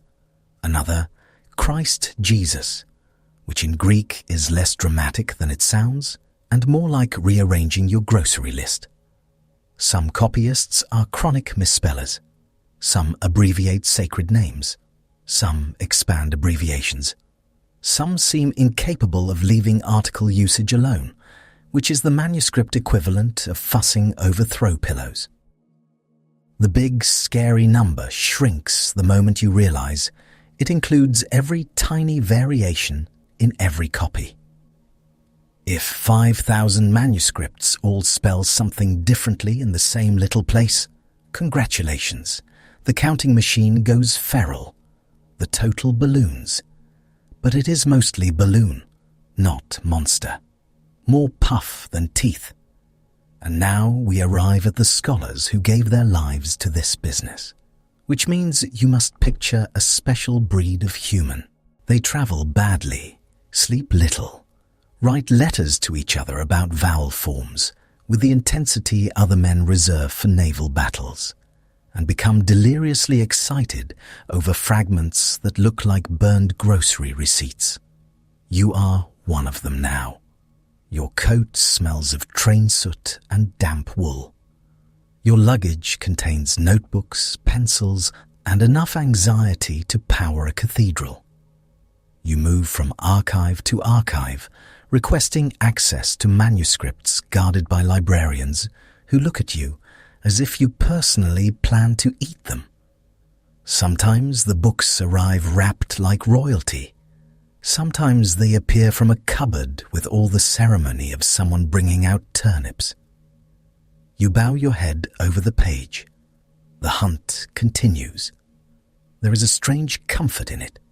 The world outside lurches through revolutions, empires, industrial smoke, horse dung, bad soup, and politics no decent person wishes to discuss after dark. But in here, you have columns, hands, corrections, erasures, and ink colors. You can spend an entire afternoon deciding whether a tiny mark is original or added later by some meddling saint with a knife. Frankly, it is wonderful. And then one day, the hunt gets cinematic. You are Konstantin von Tischendorf, tramping through the Sinai in the 19th century, ending up at St. Catherine's Monastery. The place sits out in the desert like a stone fortress having a spiritual crisis. Sun on rock, dry air, silence so broad it feels like cloth spread over the earth. Inside, there are manuscripts, piles of them, shelves of them, rooms of them, enough old parchment to make your pulse do a little dance. Then comes the story everybody remembers. You are shown leaves of an ancient Greek Bible manuscript, and the tale goes that some of them were sitting in a basket of discarded parchments, destined for the fire. Kindling, fire starters, the ancient equivalent of nearly burning a Rembrandt because you needed to get the soup going. You stare at it in disbelief. There you are, trying to remain dignified while internally screaming into your whiskers. Those leaves belong to what became known as Codex Sinaiticus, one of the oldest, nearly complete Greek Bibles in existence. 4th century. Big, beautiful, important, old enough to make your average library catalogue bow respectfully. And it was allegedly inches from becoming warm ash and monastery tea water. This is what makes manuscript history feel less like a filing system and more like a rescue mission conducted by sleep-deprived librarians. You lean over those pages and see a world suddenly sharpen. The writing is ancient, steady, densely packed. Corrections crawl in the margins. The skin is smooth in places, rough in others. It smells faintly of age, dust, and the inside of a cupboard nobody has opened since Charlemagne had opinions. You compare its readings with later manuscripts. Differences appear, not chaos. Clues. Older readings can be shorter, rougher, less polished. Not always, but often enough to matter. That makes sense. Later copyists tend to add, smooth, harmonize, rescue, clarify. Very few wake up thinking, I shall make this line more awkward and less complete for the glory of God. So when the older manuscript gives you the harder reading, the one that feels uncomfortable or abrupt, your detective instinct twitches. Maybe that is closer to what stood there before centuries of helpful polishing began. Not because older is magically perfect, because smoothing leaves fingerprints, and the work becomes comparison on a grand scale. Scholars collate manuscripts, which is a fancy word for sitting with multiple copies and noting every single difference until your eyesight threatens legal action. Whole editions are built this way. Symbols in margins, footnotes, apparatuses, columns of variant readings so dense they look like the page grew a second nervous system. It sounds awful. It is also deeply satisfying. You watch order emerge from clutter. A reading that looked bizarre in one manuscript turns up in 3 more from very different places. A later edition appears everywhere in one branch, but vanishes in older witnesses. A marginal note in one family becomes body text in another. The lines of descent start to glow faintly through the fog. It is like tracing a rumor back through generations of cousins and finally discovering which aunt started it. But the detective story gets even stranger because not all the crucial finds come from libraries. Some come from caves. Picture the Judean wilderness. Dry heat. Stone. Cliffs the color of bread crust left too long in the oven. Wind pushing grit against your face. Goats picking their way over the slopes with the casual confidence of creatures that have never once considered your problems important. Somewhere in those caves, jars sat undisturbed for nearly 2,000 years. Inside them waited scrolls. Not Christian biblical manuscripts this time, but Hebrew scriptures and other Jewish writings from long before the medieval copyists, long before many of the manuscript scholars had been using to reconstruct the text, hidden in darkness, dry as bone, fragile as onion skin. And then, in the 20th century, they begin coming to light. The Dead Sea Scrolls. You hold your breath even thinking about them. Leather curled with age, cracked surfaces, ink still visible after centuries of silence. The smell, people say, is dust, mineral dryness, old cave, old skin, old time itself. Except, no, that sounds too poetic. Better to say they smell like dirt, leather, and a storage unit abandoned by history. When you compare those scrolls with later Hebrew manuscripts, something almost cozy happens. Yes, there are differences. Of course, there are differences. But there is also astonishing continuity. Passages copied 1,000 years apart still stand recognizably together. The words endured. Variants exist, some important, some tiny, some deeply nerdy, in a way that would clear a dinner party in under 30 seconds. Yet the overall picture is not collapse. It is preservation through weather, war, exile, handling, copying, and all the ordinary disasters humans inflict on objects they claim to cherish. That steadies the room. Because by now you have seen enough variants to know two things at once. First, the manuscripts differ. They really do. Second, most of those differences are exactly what you would expect when texts are copied by hand for centuries by tired, devout, occasionally overconfident people in cold rooms with bad lighting and no eraser. That is not a crisis. That is what it feels like when words survive by passing through bodies like yours. So you keep going.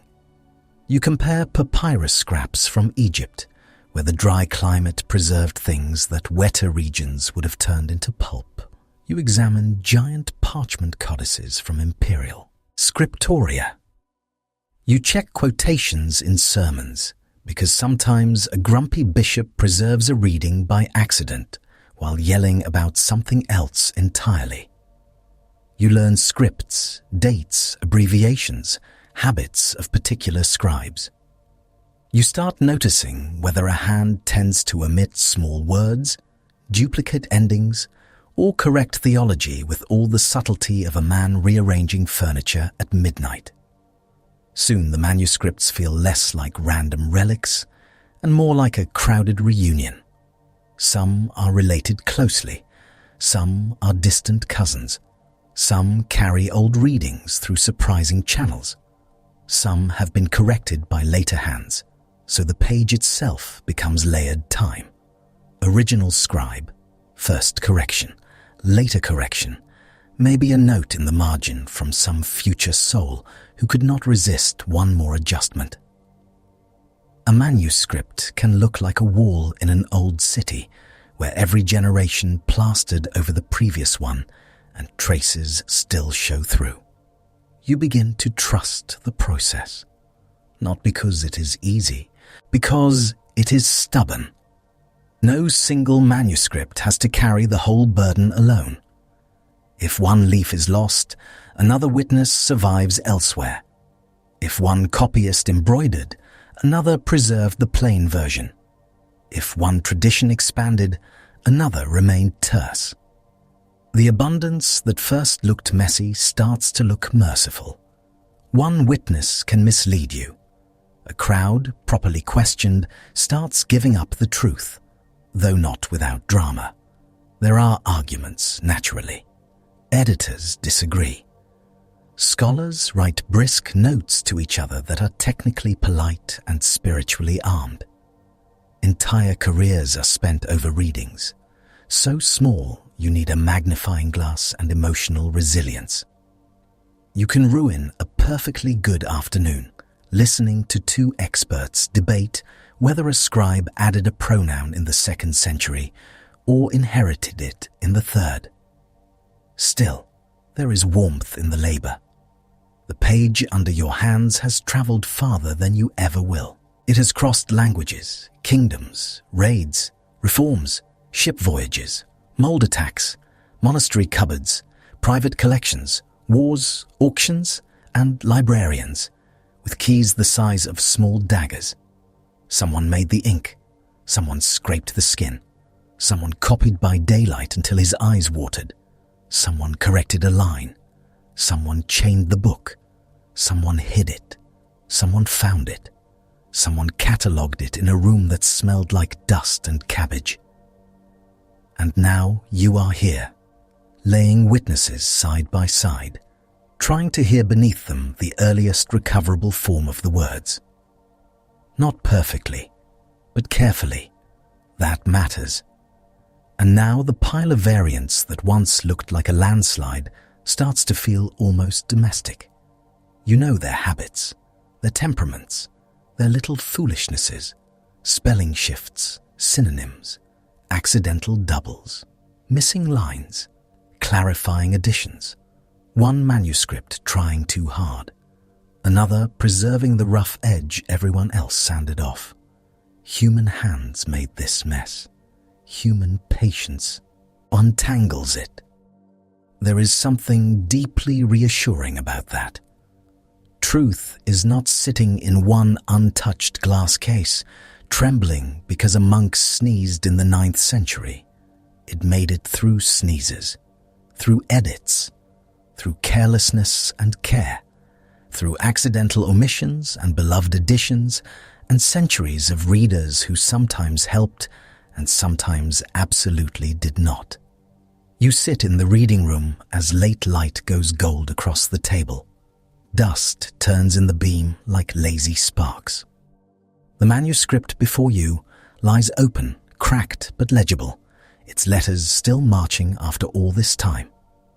Beside it rests another witness, then another, each carrying a slightly different memory of the same words. And slowly, lovingly, you watch the puzzle come together.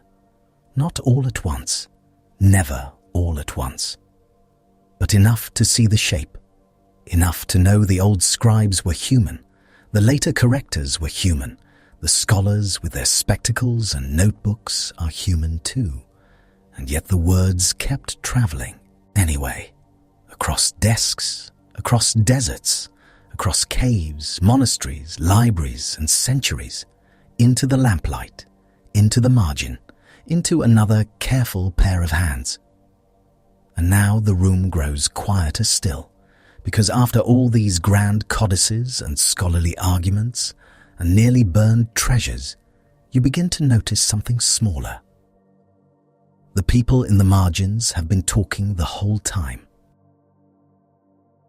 Your eye catches it almost by accident. Not the grand lettering, not the decorated initial with saints twisting around vines like holy pretzels. Something smaller, a little scratch in the margin, a note tucked beside the sacred words, off to the side, as if a man 1,000 years ago leaned over and muttered under his breath. Not to God, not to history, just to whoever might someday look closely enough. And suddenly, the room gets crowded. Because the scribes did not only leave you columns of scripture and corrected readings and accidental disasters, they left themselves, their bad moods, their numb fingers, their petty complaints, their tiny jokes, their very specific suffering, and it is delightful. You bend closer to the page. The parchment has that dry, faintly animal smell again, like dust mixed with old leather and a barn memory nobody fully cleaned up. The ink has browned with age. The edge of the leaf is a little chewed, probably by time, possibly by mice, which honestly feels rude. And there in the margin is a voice. Oh, my hand. That is it. No grand flourish, no sermon, no heavenly vision. Just one exhausted copyist, somewhere in the medieval cold, pausing long enough to record the most relatable sentence ever written by a human being forced to do repetitive desk work. Oh, my hand. You can see him. Of course you can. He has been bent over this desk for hours, shoulders hunched, fingers clawed around a pen, copying line after line, while daylight crawls across the room like it has personal grudges. His knuckles ache. His back feels assembled by enemies. The stool beneath him has all the mercy of a sharpened brick. And at some point, his professionalism collapses into one brief cry from the body. Oh, my hand. Honestly, fair. And now that you have spotted one complaint, you start finding more. They pop up in margins and colophons and little endnotes like messages left inside the walls by contractors who were absolutely done. One scribe finishes a long section and writes the medieval equivalent of "Thank heaven, we survived." Another asks for a drink, not metaphorically, very directly. As the harbour is welcome to the sailor, so is the last line to the scribe. You read that and can practically hear the chair scraping back. This man has been trapped in a copy job so long, he compares finishing a page to surviving a storm at sea. Not completing a paragraph, not wrapping a shift, returning alive from a life-threatening voyage. That is the energy in the room. And you know what? He's not exaggerating by much. Because copying a whole biblical book is not a quaint little craft project. It is months of staring, scraping, dipping, ruling lines, trimming quills, and trying not to spill your entire afternoon with one dumb elbow. Your eyes burn. Your wrist throbs. The winter light is pathetic. The summer flies are appalling. The parchment sometimes resists the ink like it has chosen violence, which brings you to one of the best complaints ever preserved. The parchment is hairy. Reader, the parchment is always hairy. It is made from animal skin. You have already lived through the scraping stage. You know exactly how close this whole operation remains to livestock. Sometimes the hide is smooth and creamy and lovely by medieval standards, which means merely expensive and faintly unsettling. Sometimes whoever prepared it did a mediocre job, and now tiny hairs still catch the pen. Your nib snags. The line shivers. You mutter things not suitable for illumination. So yes, the parchment is hairy. One scribe felt so strongly about this that he wrote it down. Not a theological insight, not a dazzling commentary. A materials review. 1 star, would not recommend. Surface texture hostile. You love him instantly. That is what happens in the margins. Distance collapses. You stop thinking in broad historical fog and meet a person with cold fingers and a bad work surface. He is no longer a medieval scribe. He is Greg from the copy room, except Greg wears wool, knows some Latin, and smells faintly of sheep fat and smoke. And the notes get better. At the end of long books, where the work finally releases its grip, some scribes practically slump onto the page. They thank God. They bless the reader. They beg for prayer. They announce completion with the desperate relief of someone leaving a retail shift on the night before a festival. The book is finished. Thanks be to God. Simple, sincere, also carrying the unmistakable subtext. I thought this would never end. Sometimes they get more vivid. One traditional Scribal line compares finishing a book to a prisoner being released from jail. Another compares it to a sailor reaching harbour. These men are not talking like hobbyists. They are talking like survivors stumbling off a battlefield made entirely of ink. And then there are the notes asking for compensation. A scribe completes a book and reminds the reader that whoever wrote it deserves a drink. Wine comes up repeatedly, which is not shocking. You would ask for wine too. After a day in the scriptorium, with your neck fused into one tragic shape and your fingers stained black, watered wine sounds less like indulgence and more like medical care. So you picture it. Evening at last, the light failing, the rooms smelling of parchment dust, old wax, damp wool, stale rushes underfoot, and that sour iron tang of ink. A monk flexes his hand, groans softly, and writes a note asking for wine.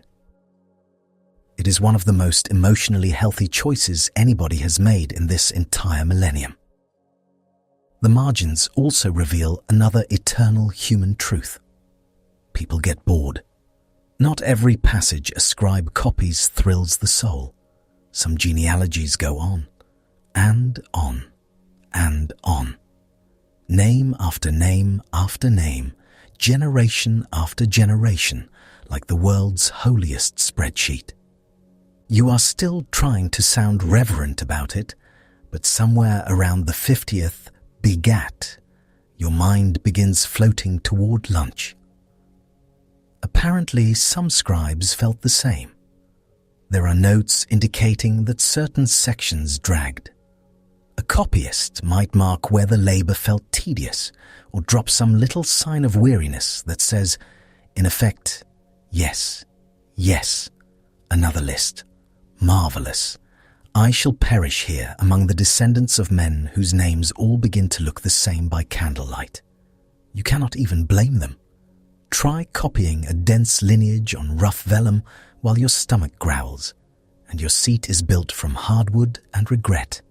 Reverence has limits. So does lumbar support. And now we arrive at the doodles. Oh, the doodles. Because once you know to look in the margins of medieval manuscripts, you discover that solemn holy books were also occasionally sharing shelf space with the visual imagination of people who had been indoors too long. Faces appear, grotesques, little beasts, decorative, creatures with suspiciously human expressions, monstrous hybrids that look like a goose lost an argument with a dragon, and both parties handled it badly. Some are serious decoration, of course. Beautiful initials, flourished beasts, elegant vines, the whole deluxe package. But mixed among them, or lurking elsewhere in manuscripts, are the more personal traces. A little sketch, a curious face, a thing that began as ornament and drifted toward nonsense because brother whoever had 3 more hours before supper and a pen in his hand. You see a cat chasing a mouse in one manuscript, and the cat is wearing a look of deep professional commitment. You see odd little heads peering from letters. You see monsters with tongues out, birds with impossible legs, creatures that seem designed by someone who had heard of lions, but only through several increasingly unreliable friends. It is the medieval margin cinematic universe. And the longer you look, the funnier it gets, because you know the setting. This is not some cheerful art studio with snacks. This is a drafty room where everybody's feet are cold. The windows sweat in winter. The ink freezes. Somebody nearby has a cough. Someone else has been scraping a parchment leaf for 10 minutes with the patient fury of a man trying to remove one tiny blemish from an entire sheep. Yet in the middle of all that, a doodle, a tiny act of mischief, a little wink from history. There are also curses. Not wild dramatic thunderbolt curses, though honestly some come close. Book curses were very popular because books were expensive, portable, and constantly at risk of being borrowed by people with suspiciously permanent intentions. A manuscript could take months or years to produce. The materials alone cost a fortune. The labor cost your eyesight and possibly your happiness. So naturally, scribes and owners started writing warnings. Steal this book, and may unpleasant things happen to you. Sometimes the curse is formal and elaborate, calling down divine judgment on any thief, borrower, mutilator, or lazy fraud who detaches a leaf. Sometimes it has the energy of a handmade sign in a shared office fridge: touch my lunch and perish. Different century, same emotional weather. You read one of these warnings and can feel the fury behind it. Somebody spent half his life making this object. He knows exactly how many sheep died for it. He knows how many mornings he woke in the dark to continue it. He has no patience for Brother Sticky Fingers from the next monastery deciding this psalter would look lovely on his own shelf. So, he writes a curse. Good for him. Sometimes the notes are tender instead of funny. A scribe asks the future reader to pray for him. Just that. A name, maybe. A request. Remember me. I made this. I am tired and mortal and probably underpaid, and one day I will be gone. But my handwriting will still be here, asking for one small mercy from a stranger. That lands differently. The page stops being antique and becomes intimate. You are no longer just looking at scripture. You are looking at a life brushing against it. A man hunched over a desk in winter. A woman in a convent schoolroom, perhaps, teaching and copying and preserving what she can. A worker whose face is lost, whose body is dust, whose little note survives because ink is stubborn. It is one of the strangest forms of meeting. Across 1,000 years, someone says, "Pray for me," and you know exactly what he means. Some notes are even more domestic than that, a mark to remember where to resume.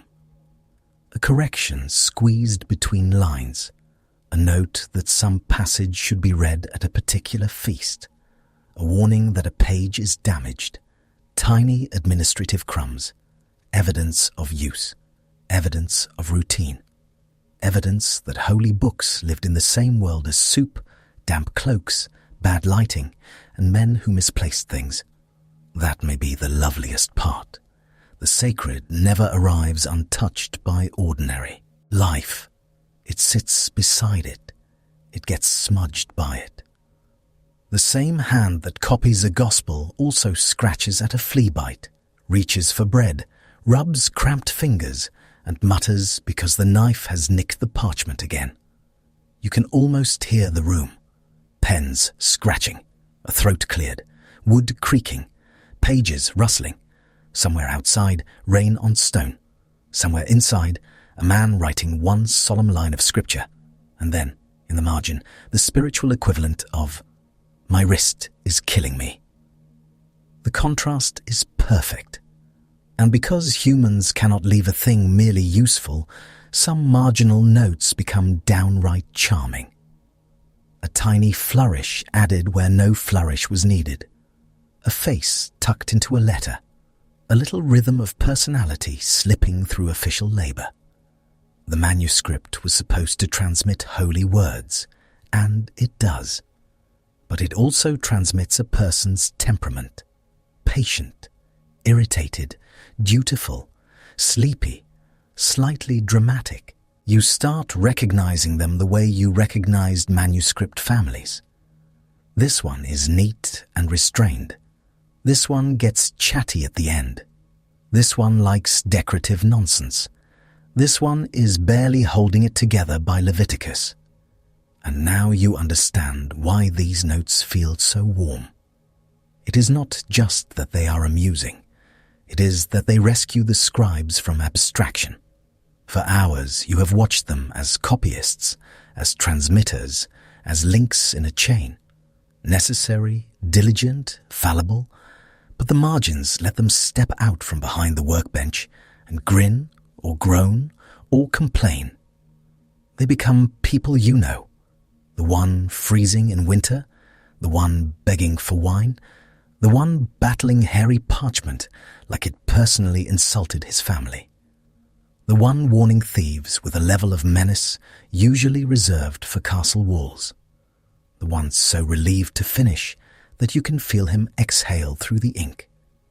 And yes, the one doodling monsters, because even in a holy book, somewhere in the third hour after noon, the human brain wants to draw a weird little beast. You would have done the same. That is the jolt of it. You are not admiring some alien species from a tasteful historical distance. You are recognizing yourself in a room with worse heating. The technology changed. The clothes changed. The theology around the room may have grown denser than monastery stew. But the person in the margin is familiar in an instant. He is tired. He is trying. His hand hurts. He wants a drink. He does not want anyone stealing the thing he spent 6 months making. He may also be a little bored. And all of that survives right beside the sacred words he was sworn to preserve. That nearness matters. The Bible did not travel through history on polished marble pedestals carried by spotless angels with perfect penmanship. It traveled through rooms full of aching bodies, through people who coughed, complained, doodled, worried, corrected themselves, and occasionally took time to inform posterity that the parchment, regrettably, was hairy. That note alone should be in a museum gift shop.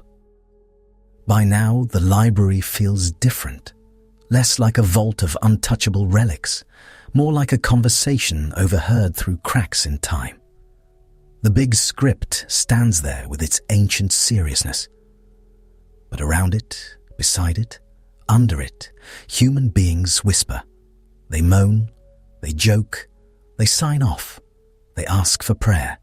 They defend their books like dragons on a hoard made of calfskin and glue. And once you have heard them, you cannot unhear them. The page is no longer silent. It creaks with labor. It glows with patience. It carries little bursts of personality in corners where no one was supposed to be immortal and somehow became immortal anyway. A complaint about the cold, a plea for wine, a curse for thieves, a note of gratitude at the last line, a small, exasperated declaration that yes, absolutely, the parchment is hairy. That is what waited in the margins all along. Not just corrections, company. And from here, once you have met the men and women in the margins and laughed with them a little, another strange tenderness begins to rise. Because some of the things they wrote into these books did not stay in the margins at all. Some crossed over. Some settled into the text itself.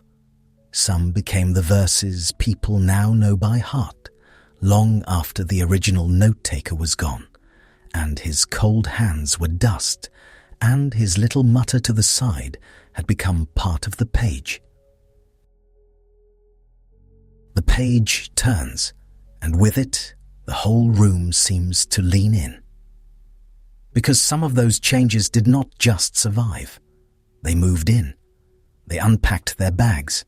They became the verses people embroidered on pillows, recited in church, memorized as children, whispered at bedsides, and printed in gold lettering on very expensive paper.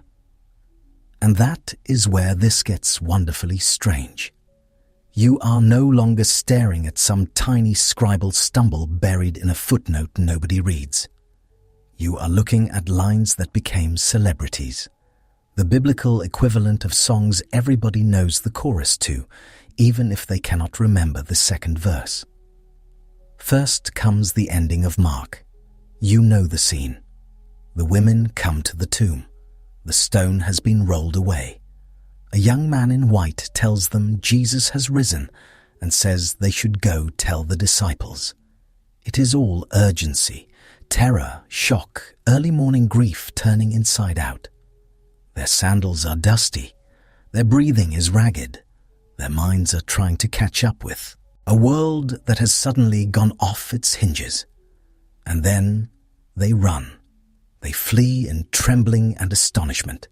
They say nothing to anyone because they are afraid. And that is it.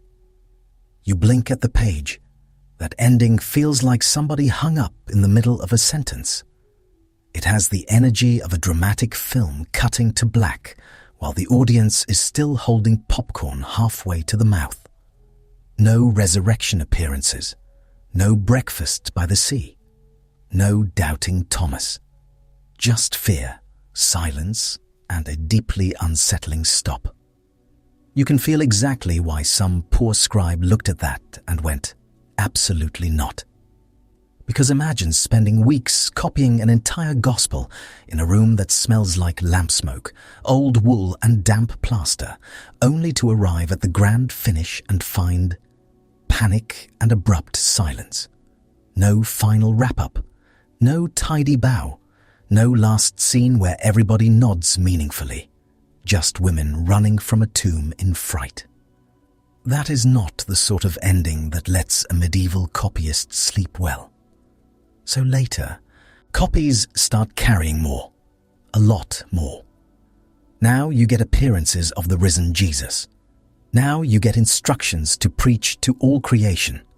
Now you get signs and wonders, casting out demons, speaking in new tongues, picking up snakes, drinking deadly poison and somehow not dying, which is an absolutely wild sentence to slip into your sacred finale like it belongs there. You can almost see the escalation. The first abrupt ending made somebody itchy. Another hand reached in and supplied a smoother finish. Then that longer ending spread. People copied it because it answered the discomfort. It gave closure. It let the gospel leave the room wearing proper shoes instead of sprinting out half-dressed and hysterical. And honestly, you understand the impulse. You are in the scriptorium. The daylight is fading. Your shoulders feel nailed together. You have spent all afternoon guiding a nib across parchment that still smells faintly of sheep and lime. You do not want your gospel ending like a door slamming in a storm. You want a proper send-off. You want a resurrection conclusion with furniture. So somebody gave it one. Then there is the woman caught in adultery. This one is beloved, deeply beloved. People know it even when they know almost nothing else. The accusers bring the woman forward. Everybody is armed with moral certainty and, potentially, actual rocks, which is never a comforting combination. They ask Jesus what should be done. The crowd is hot with tension. Dust hangs in the air. Everybody is waiting for the answer. Instead, he stoops down and writes on the ground. You can feel the pause there. It is brilliant. The whole mob is vibrating with accusation, and he just kneels and starts doodling in the dirt like a man refusing to attend the meeting. Then comes the line everybody remembers. Let the one without sin cast the first stone. One by one, they leave. The oldest first, then the rest. The scene empties. Shame drains, out of the crowd. Mercy remains. It is graceful and sharp and unforgettable. By the end, the woman is standing there with her life still in her body, which, under the circumstances, is a very good outcome. It is a beautiful story, and it floats through the manuscripts like a guest trying to find a seat. In some copies, it is not there at all. In others, it appears in different places, as if scribes knew it belonged somewhere, but could not quite agree on which coat hook to use. Sometimes it shows up after one section, sometimes after another. It wanders, it drifts. It behaves less like a stone fitted into the wall and more like a cherished family anecdote everybody insists on including at dinner. That wandering tells you something. People loved this story. They wanted it preserved. They wanted it attached to Jesus because it sounded like him, moved like him, carried his kind of authority and mercy. So even if it was not sitting in the earliest form of that gospel where later readers expected it, people kept making room for it. They could not bear to lose it, and you can see why. Picture a scribe hearing that story read aloud, maybe in a monastery refectory while soup cools in wooden bowls and somebody coughs into his sleeve. Maybe in church with incense in the air and wax dripping down a candlestick like exhausted tears.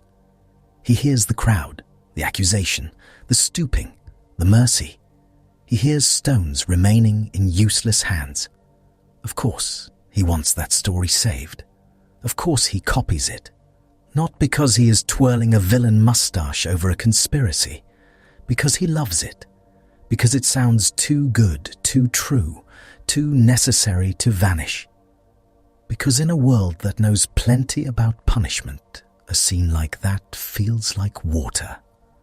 And now to the Lord's Prayer, where one of the most familiar endings in Christian worship arrives fashionably late. You know the line. For thine is the kingdom, and the power, and the glory forever. Amen. It rings. It closes the prayer like a cathedral door swinging shut with satisfying weight. It sounds complete, ceremonial, majestic. You can hear choirs in it. You can hear congregations saying it together, voices rising off stone walls, while a child drops something metallic in the back pew and everyone pretends not to notice. But in the earliest copies of Matthew, that ending is not sitting there. The prayer ends earlier, shorter, starker, more abrupt. And that tracks with how prayers often traveled in worship. People did not merely recite them. They expanded them in use. They wrapped them in liturgical language, gave them a formal finish, a little doxological flourish. Because humans, when handed a sacred sentence, have an almost irresistible urge to add drapery. Not bad drapery, beautiful drapery. You can imagine the setting. A congregation gathers. The air smells like oil lamps, wool cloaks damp from weather, and that faint human blend of breath, dust, and old wood that every packed room acquires eventually. The prayer is spoken. Then comes the closing burst of praise, the line everybody knows together. It settles in memory, it settles in practice. Soon enough, a scribe copying Matthew hears it so often in worship that it belongs in his bones. And once it belongs in your bones, it is very easy for it to belong on the page. That is one of the strangest little truths in this whole business. Sometimes the page influences worship. Sometimes worship walks right back onto the page, wearing muddy sandals and acting like it lives there. And then there is the comma Johanneum, which sounds like either a grammatical technicality or a minor Roman official with disappointing hygiene. This one concerns a line in 1 John that, in later familiar form, gives you a direct and very tidy trio. the Father, the Word, and the Holy Ghost, and these three are one. It became enormously important because it states the Trinity with a neatness that theologians must have found deeply satisfying.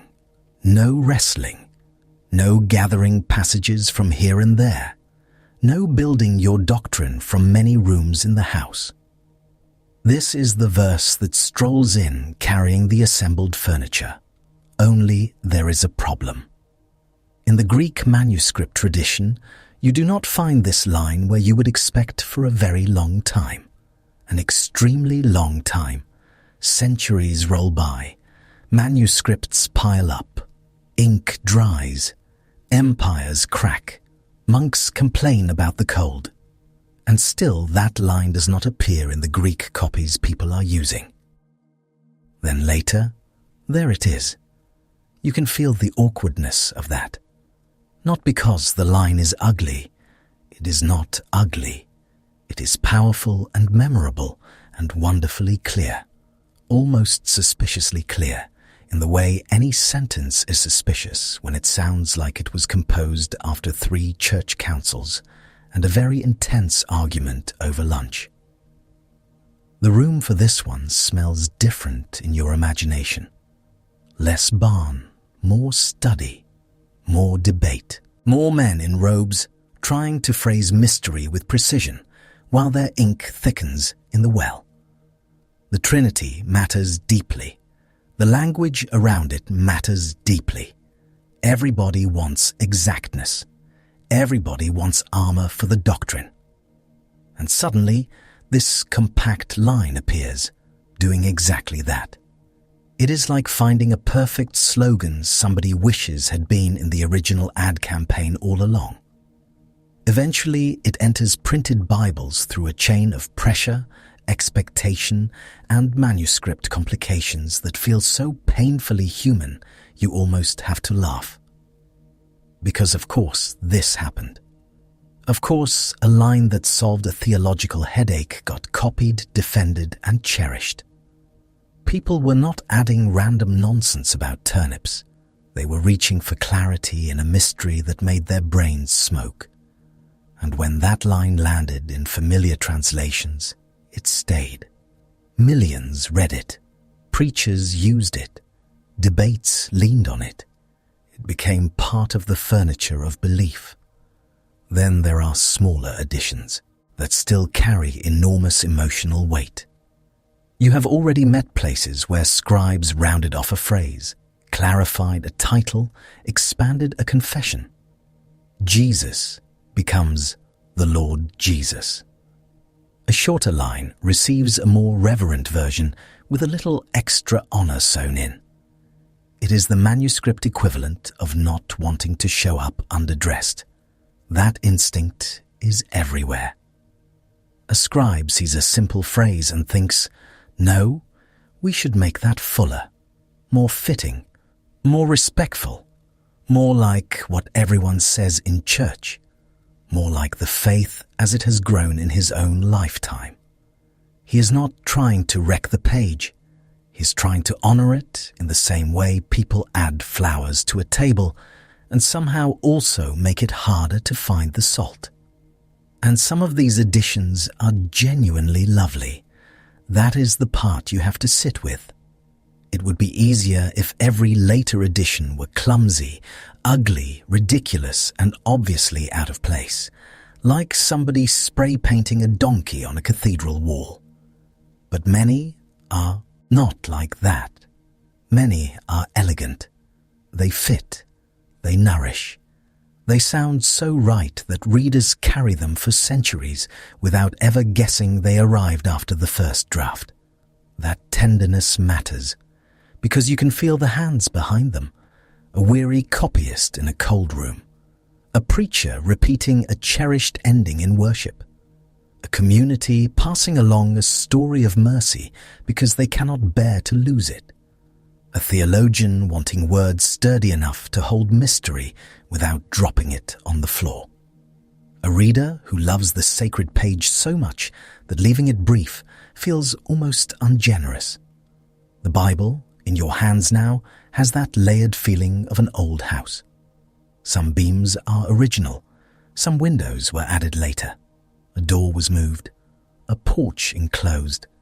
Somebody painted over one wall, somebody else put the old color back.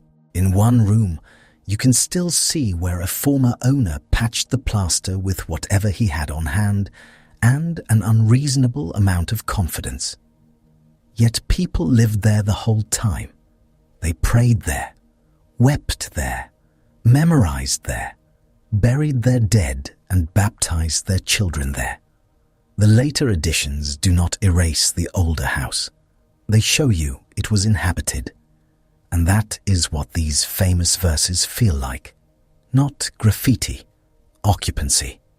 The longer ending of Mark is a community refusing to leave the story in terror and silence. The woman caught in adultery is mercy finding a home on the page because people knew they needed it there. The doxology of the Lord's Prayer is worship clinging to Scripture so tightly it leaves lint on the sleeve.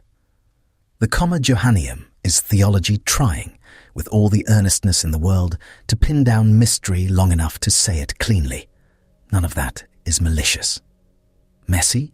Certainly. Human? Aggressively. But not malicious. You have spent enough time in the scriptorium by now to know the mood of these rooms. Cold fingers, sore backs, eyes burning in weak light, pages smelling of skin, glue, dust, and smoke. Men and women who believed these words mattered enough to spend whole lives bent over them while their joints slowly filed formal complaints. That sort of labor leaves traces. Some traces stay in the margin as little groans and jokes. Some slip into the line. Some become so beloved they outlast kingdoms. They settle into memory. They shape prayer. They furnish doctrine. They become the verses your grandmother knew by heart, and your choir still sings, and your pastor still quotes without thinking twice. And now, standing in this long corridor of pages and revisions and faithful overreach, you do not feel scandal so much as affection. A little astonishment, yes. A little, can you believe this actually happened? Absolutely. But mostly affection. Because once you know the scribes, once you have sat with them through the cold, and the cramped hands, and the hairy parchment, and the desperate relief of the final line, these additions no longer feel like intrusions from nowhere. They feel like what happens when generations love a sacred thing so much they cannot help touching it. Sometimes with reverence, sometimes with anxiety, sometimes with the literary instincts of a man who thinks this ending cannot possibly be allowed to stand. And now the manuscript rests open before you, carrying all of it at once. The older reading, the later layer, the famous verse, the missing line, the note in the margin that may once have been just a note. The polished phrase that arrived centuries after the first ink dried, but somehow still entered the bloodstream of devotion. The page is thicker than it looked. It is not only a page, it is a conversation that lasted generations. And after all this turning of leaves, after all these scribes and their aching wrists and suspicious additions and beautiful accidents, you can start to feel what all of it was building toward. Not just a history of mistakes or edits or famous verses with complicated passports. Something gentler than that. Something bigger. Because all these hands, even the fussy ones, even the overconfident ones, were trying in their own stubborn way to carry the words forward. So after all of that, the cold rooms and the cramped hands, and the centuries of careful, imperfect work, what were the scribes really doing? By this point, you could be forgiven for thinking they were running the world's least efficient copy shop. No heat, no proper lighting, no spell check, and the office chairs are just bits of wood designed by an enemy. The parchment smells faintly of sheep. The ink smells like smoke and vinegar.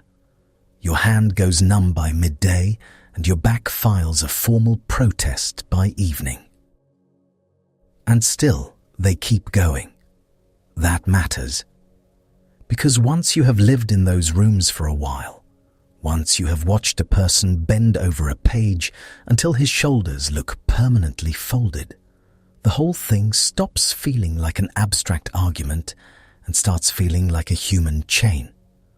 One person hands the words to another. That one passes them on again. Sometimes the hand shakes. Sometimes a line slips.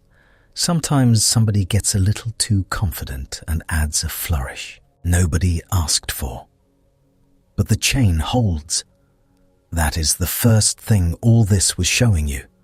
Sacred words did not float down through history untouched, sealed in glass, protected from breath and weather and tired eyes. They traveled through real rooms occupied by real bodies. Hungry bodies, cold bodies, bodies with cramped fingers, failing eyesight, and absolutely no access to ergonomic seating. And somehow that does not cheapen the words. It makes their survival more impressive. Think about those honest mistakes, the skipped line, the repeated phrase, the word copied wrong because two endings looked alike and the afternoon light was terrible. Those little accidents are not signs that the whole thing fell apart. They are signs that a real person was there. A person doing hard, repetitive work with primitive tools while probably 1 degree away from a headache all winter long. You can almost love the mistakes once you see them up close. Not because mistakes are wonderful. Nobody wants a verse rearranged by exhaustion. But because the errors prove the page passed through human hands instead of descending on a golden platter with heavenly packaging and no fingerprints. The words survived ordinary frailty. That is part of their story now. Ink blotted, eyes blurred. A sneeze happened at the wrong time. And still the page moved forward. Then come the intentional changes, which are somehow even more human. Those are the moments when a scribe stares at a line and thinks, no, I can fix this. Dangerous energy, obviously. It is the same energy that leads a person to improve a family recipe and ruin the stew. But it also comes from devotion, from anxiety, from wanting the words to sound right, fit better, land more cleanly, say clearly what a whole community has come to believe. That is why the additions feel so strange and so tender at the same time. A rough ending gets smoothed out. A beloved story gets tucked into a gospel because nobody can bear to lose it. A prayer gets a grand liturgical finish. A doctrinal line grows more precise because generations of believers want language sturdy enough to carry what they mean. It is messy. It is absolutely not neat. But it is not the mess of people who do not care. It is the mess of people who care almost too much. That is what generations do with sacred things. They preserve them, yes. They also hold them close, repeat them in worship, explain them to children, defend them in arguments, polish them, protect them, and sometimes fuss over them like anxious relatives straightening your collar before a wedding. The page does not just survive in a vault. It lives among people, which means it picks up warmth, memory, habits, and the occasional extra sentence. Then you move forward into those libraries and caves and monastery shelves, and another lesson settles in. Truth is not fragile. That is what all those detectives with their stacks of manuscripts and aching necks were really proving. You can copy a document across continents, across languages, across centuries of smoke, war, mold, mice, bad storage, damp walls, theological enthusiasm, and the occasional copyist who really should have taken a nap, you can end up with thousands upon thousands of manuscripts full of little differences. And still, the thing itself remains remarkably, stubbornly there. Not because humans were perfect, because the tradition was abundant. There are so many copies, so many witnesses, so many overlapping lines of transmission that the mess becomes its own kind of safety net. The words were copied so often that they could be checked against each other, corrected by comparison, reconstructed with patience. It is like hearing a song sung by 1,000 different choirs. One voice cracks, another comes in early, somebody in the back absolutely misses the note, but the melody still stands. That is oddly comforting. Not because confusion is comforting. It is not. But because the survival of these writings did not depend on one flawless performance by one flawless person in one flawless room. Thank God, honestly. If that had been the system, we would have lost everything by Wednesday. The survival depended on communities, repetition, memory, stubborn labor, and a whole parade of imperfect people who kept copying anyway. And then there are the margins. Maybe this is the warmest part of the whole journey. Not the grand doctrines, not the famous variants, the little notes, the complaints, the doodles, the flashes of personality leaking out beside the sacred lines. Oh, my hand. The parchment is hairy. Blessings on the reader, curses on the thief. Tiny groans from people long dead who somehow still sound exactly like someone muttering in a freezing office before coffee. That is not a side detail. That is the point landing softly. Behind every page was a person, not a machine, not an invisible pipeline, a person with chapped skin and sore wrists, a person who got bored in Leviticus, a person who was proud to finish a book, a person who wanted wine, a person who noticed the cold, the quality of the parchment, the length of the task, and the fact that life is very long when your entire afternoon is one chapter and a blister. The Bible came through lives like that, and once you know that, the page changes. It does not become less holy. It becomes more inhabited, more carried, more loved. You can feel breath on it. You can feel labor in it. You can feel that what survived, survived because somebody thought it was worth another hour of cramped fingers and smoky air. That brings you to the deepest part of it. The humanity of the Bible is not an embarrassment to be cleaned up. It is one of the reasons the whole thing has weight. These words endured because people gave their lives to them. Not in one dramatic cinematic gesture with thunder and trumpets, more often in a very unglamorous way, by trimming a pen, mixing ink, scraping a hide, squinting at a line, starting again tomorrow, letter by letter. That is what the scribes were really doing all along. They were not manufacturing perfection. They were carrying presence, carrying memory, carrying stories, prayers, laws, poems, laments, visions, and names through time, the only way humans ever carry important things.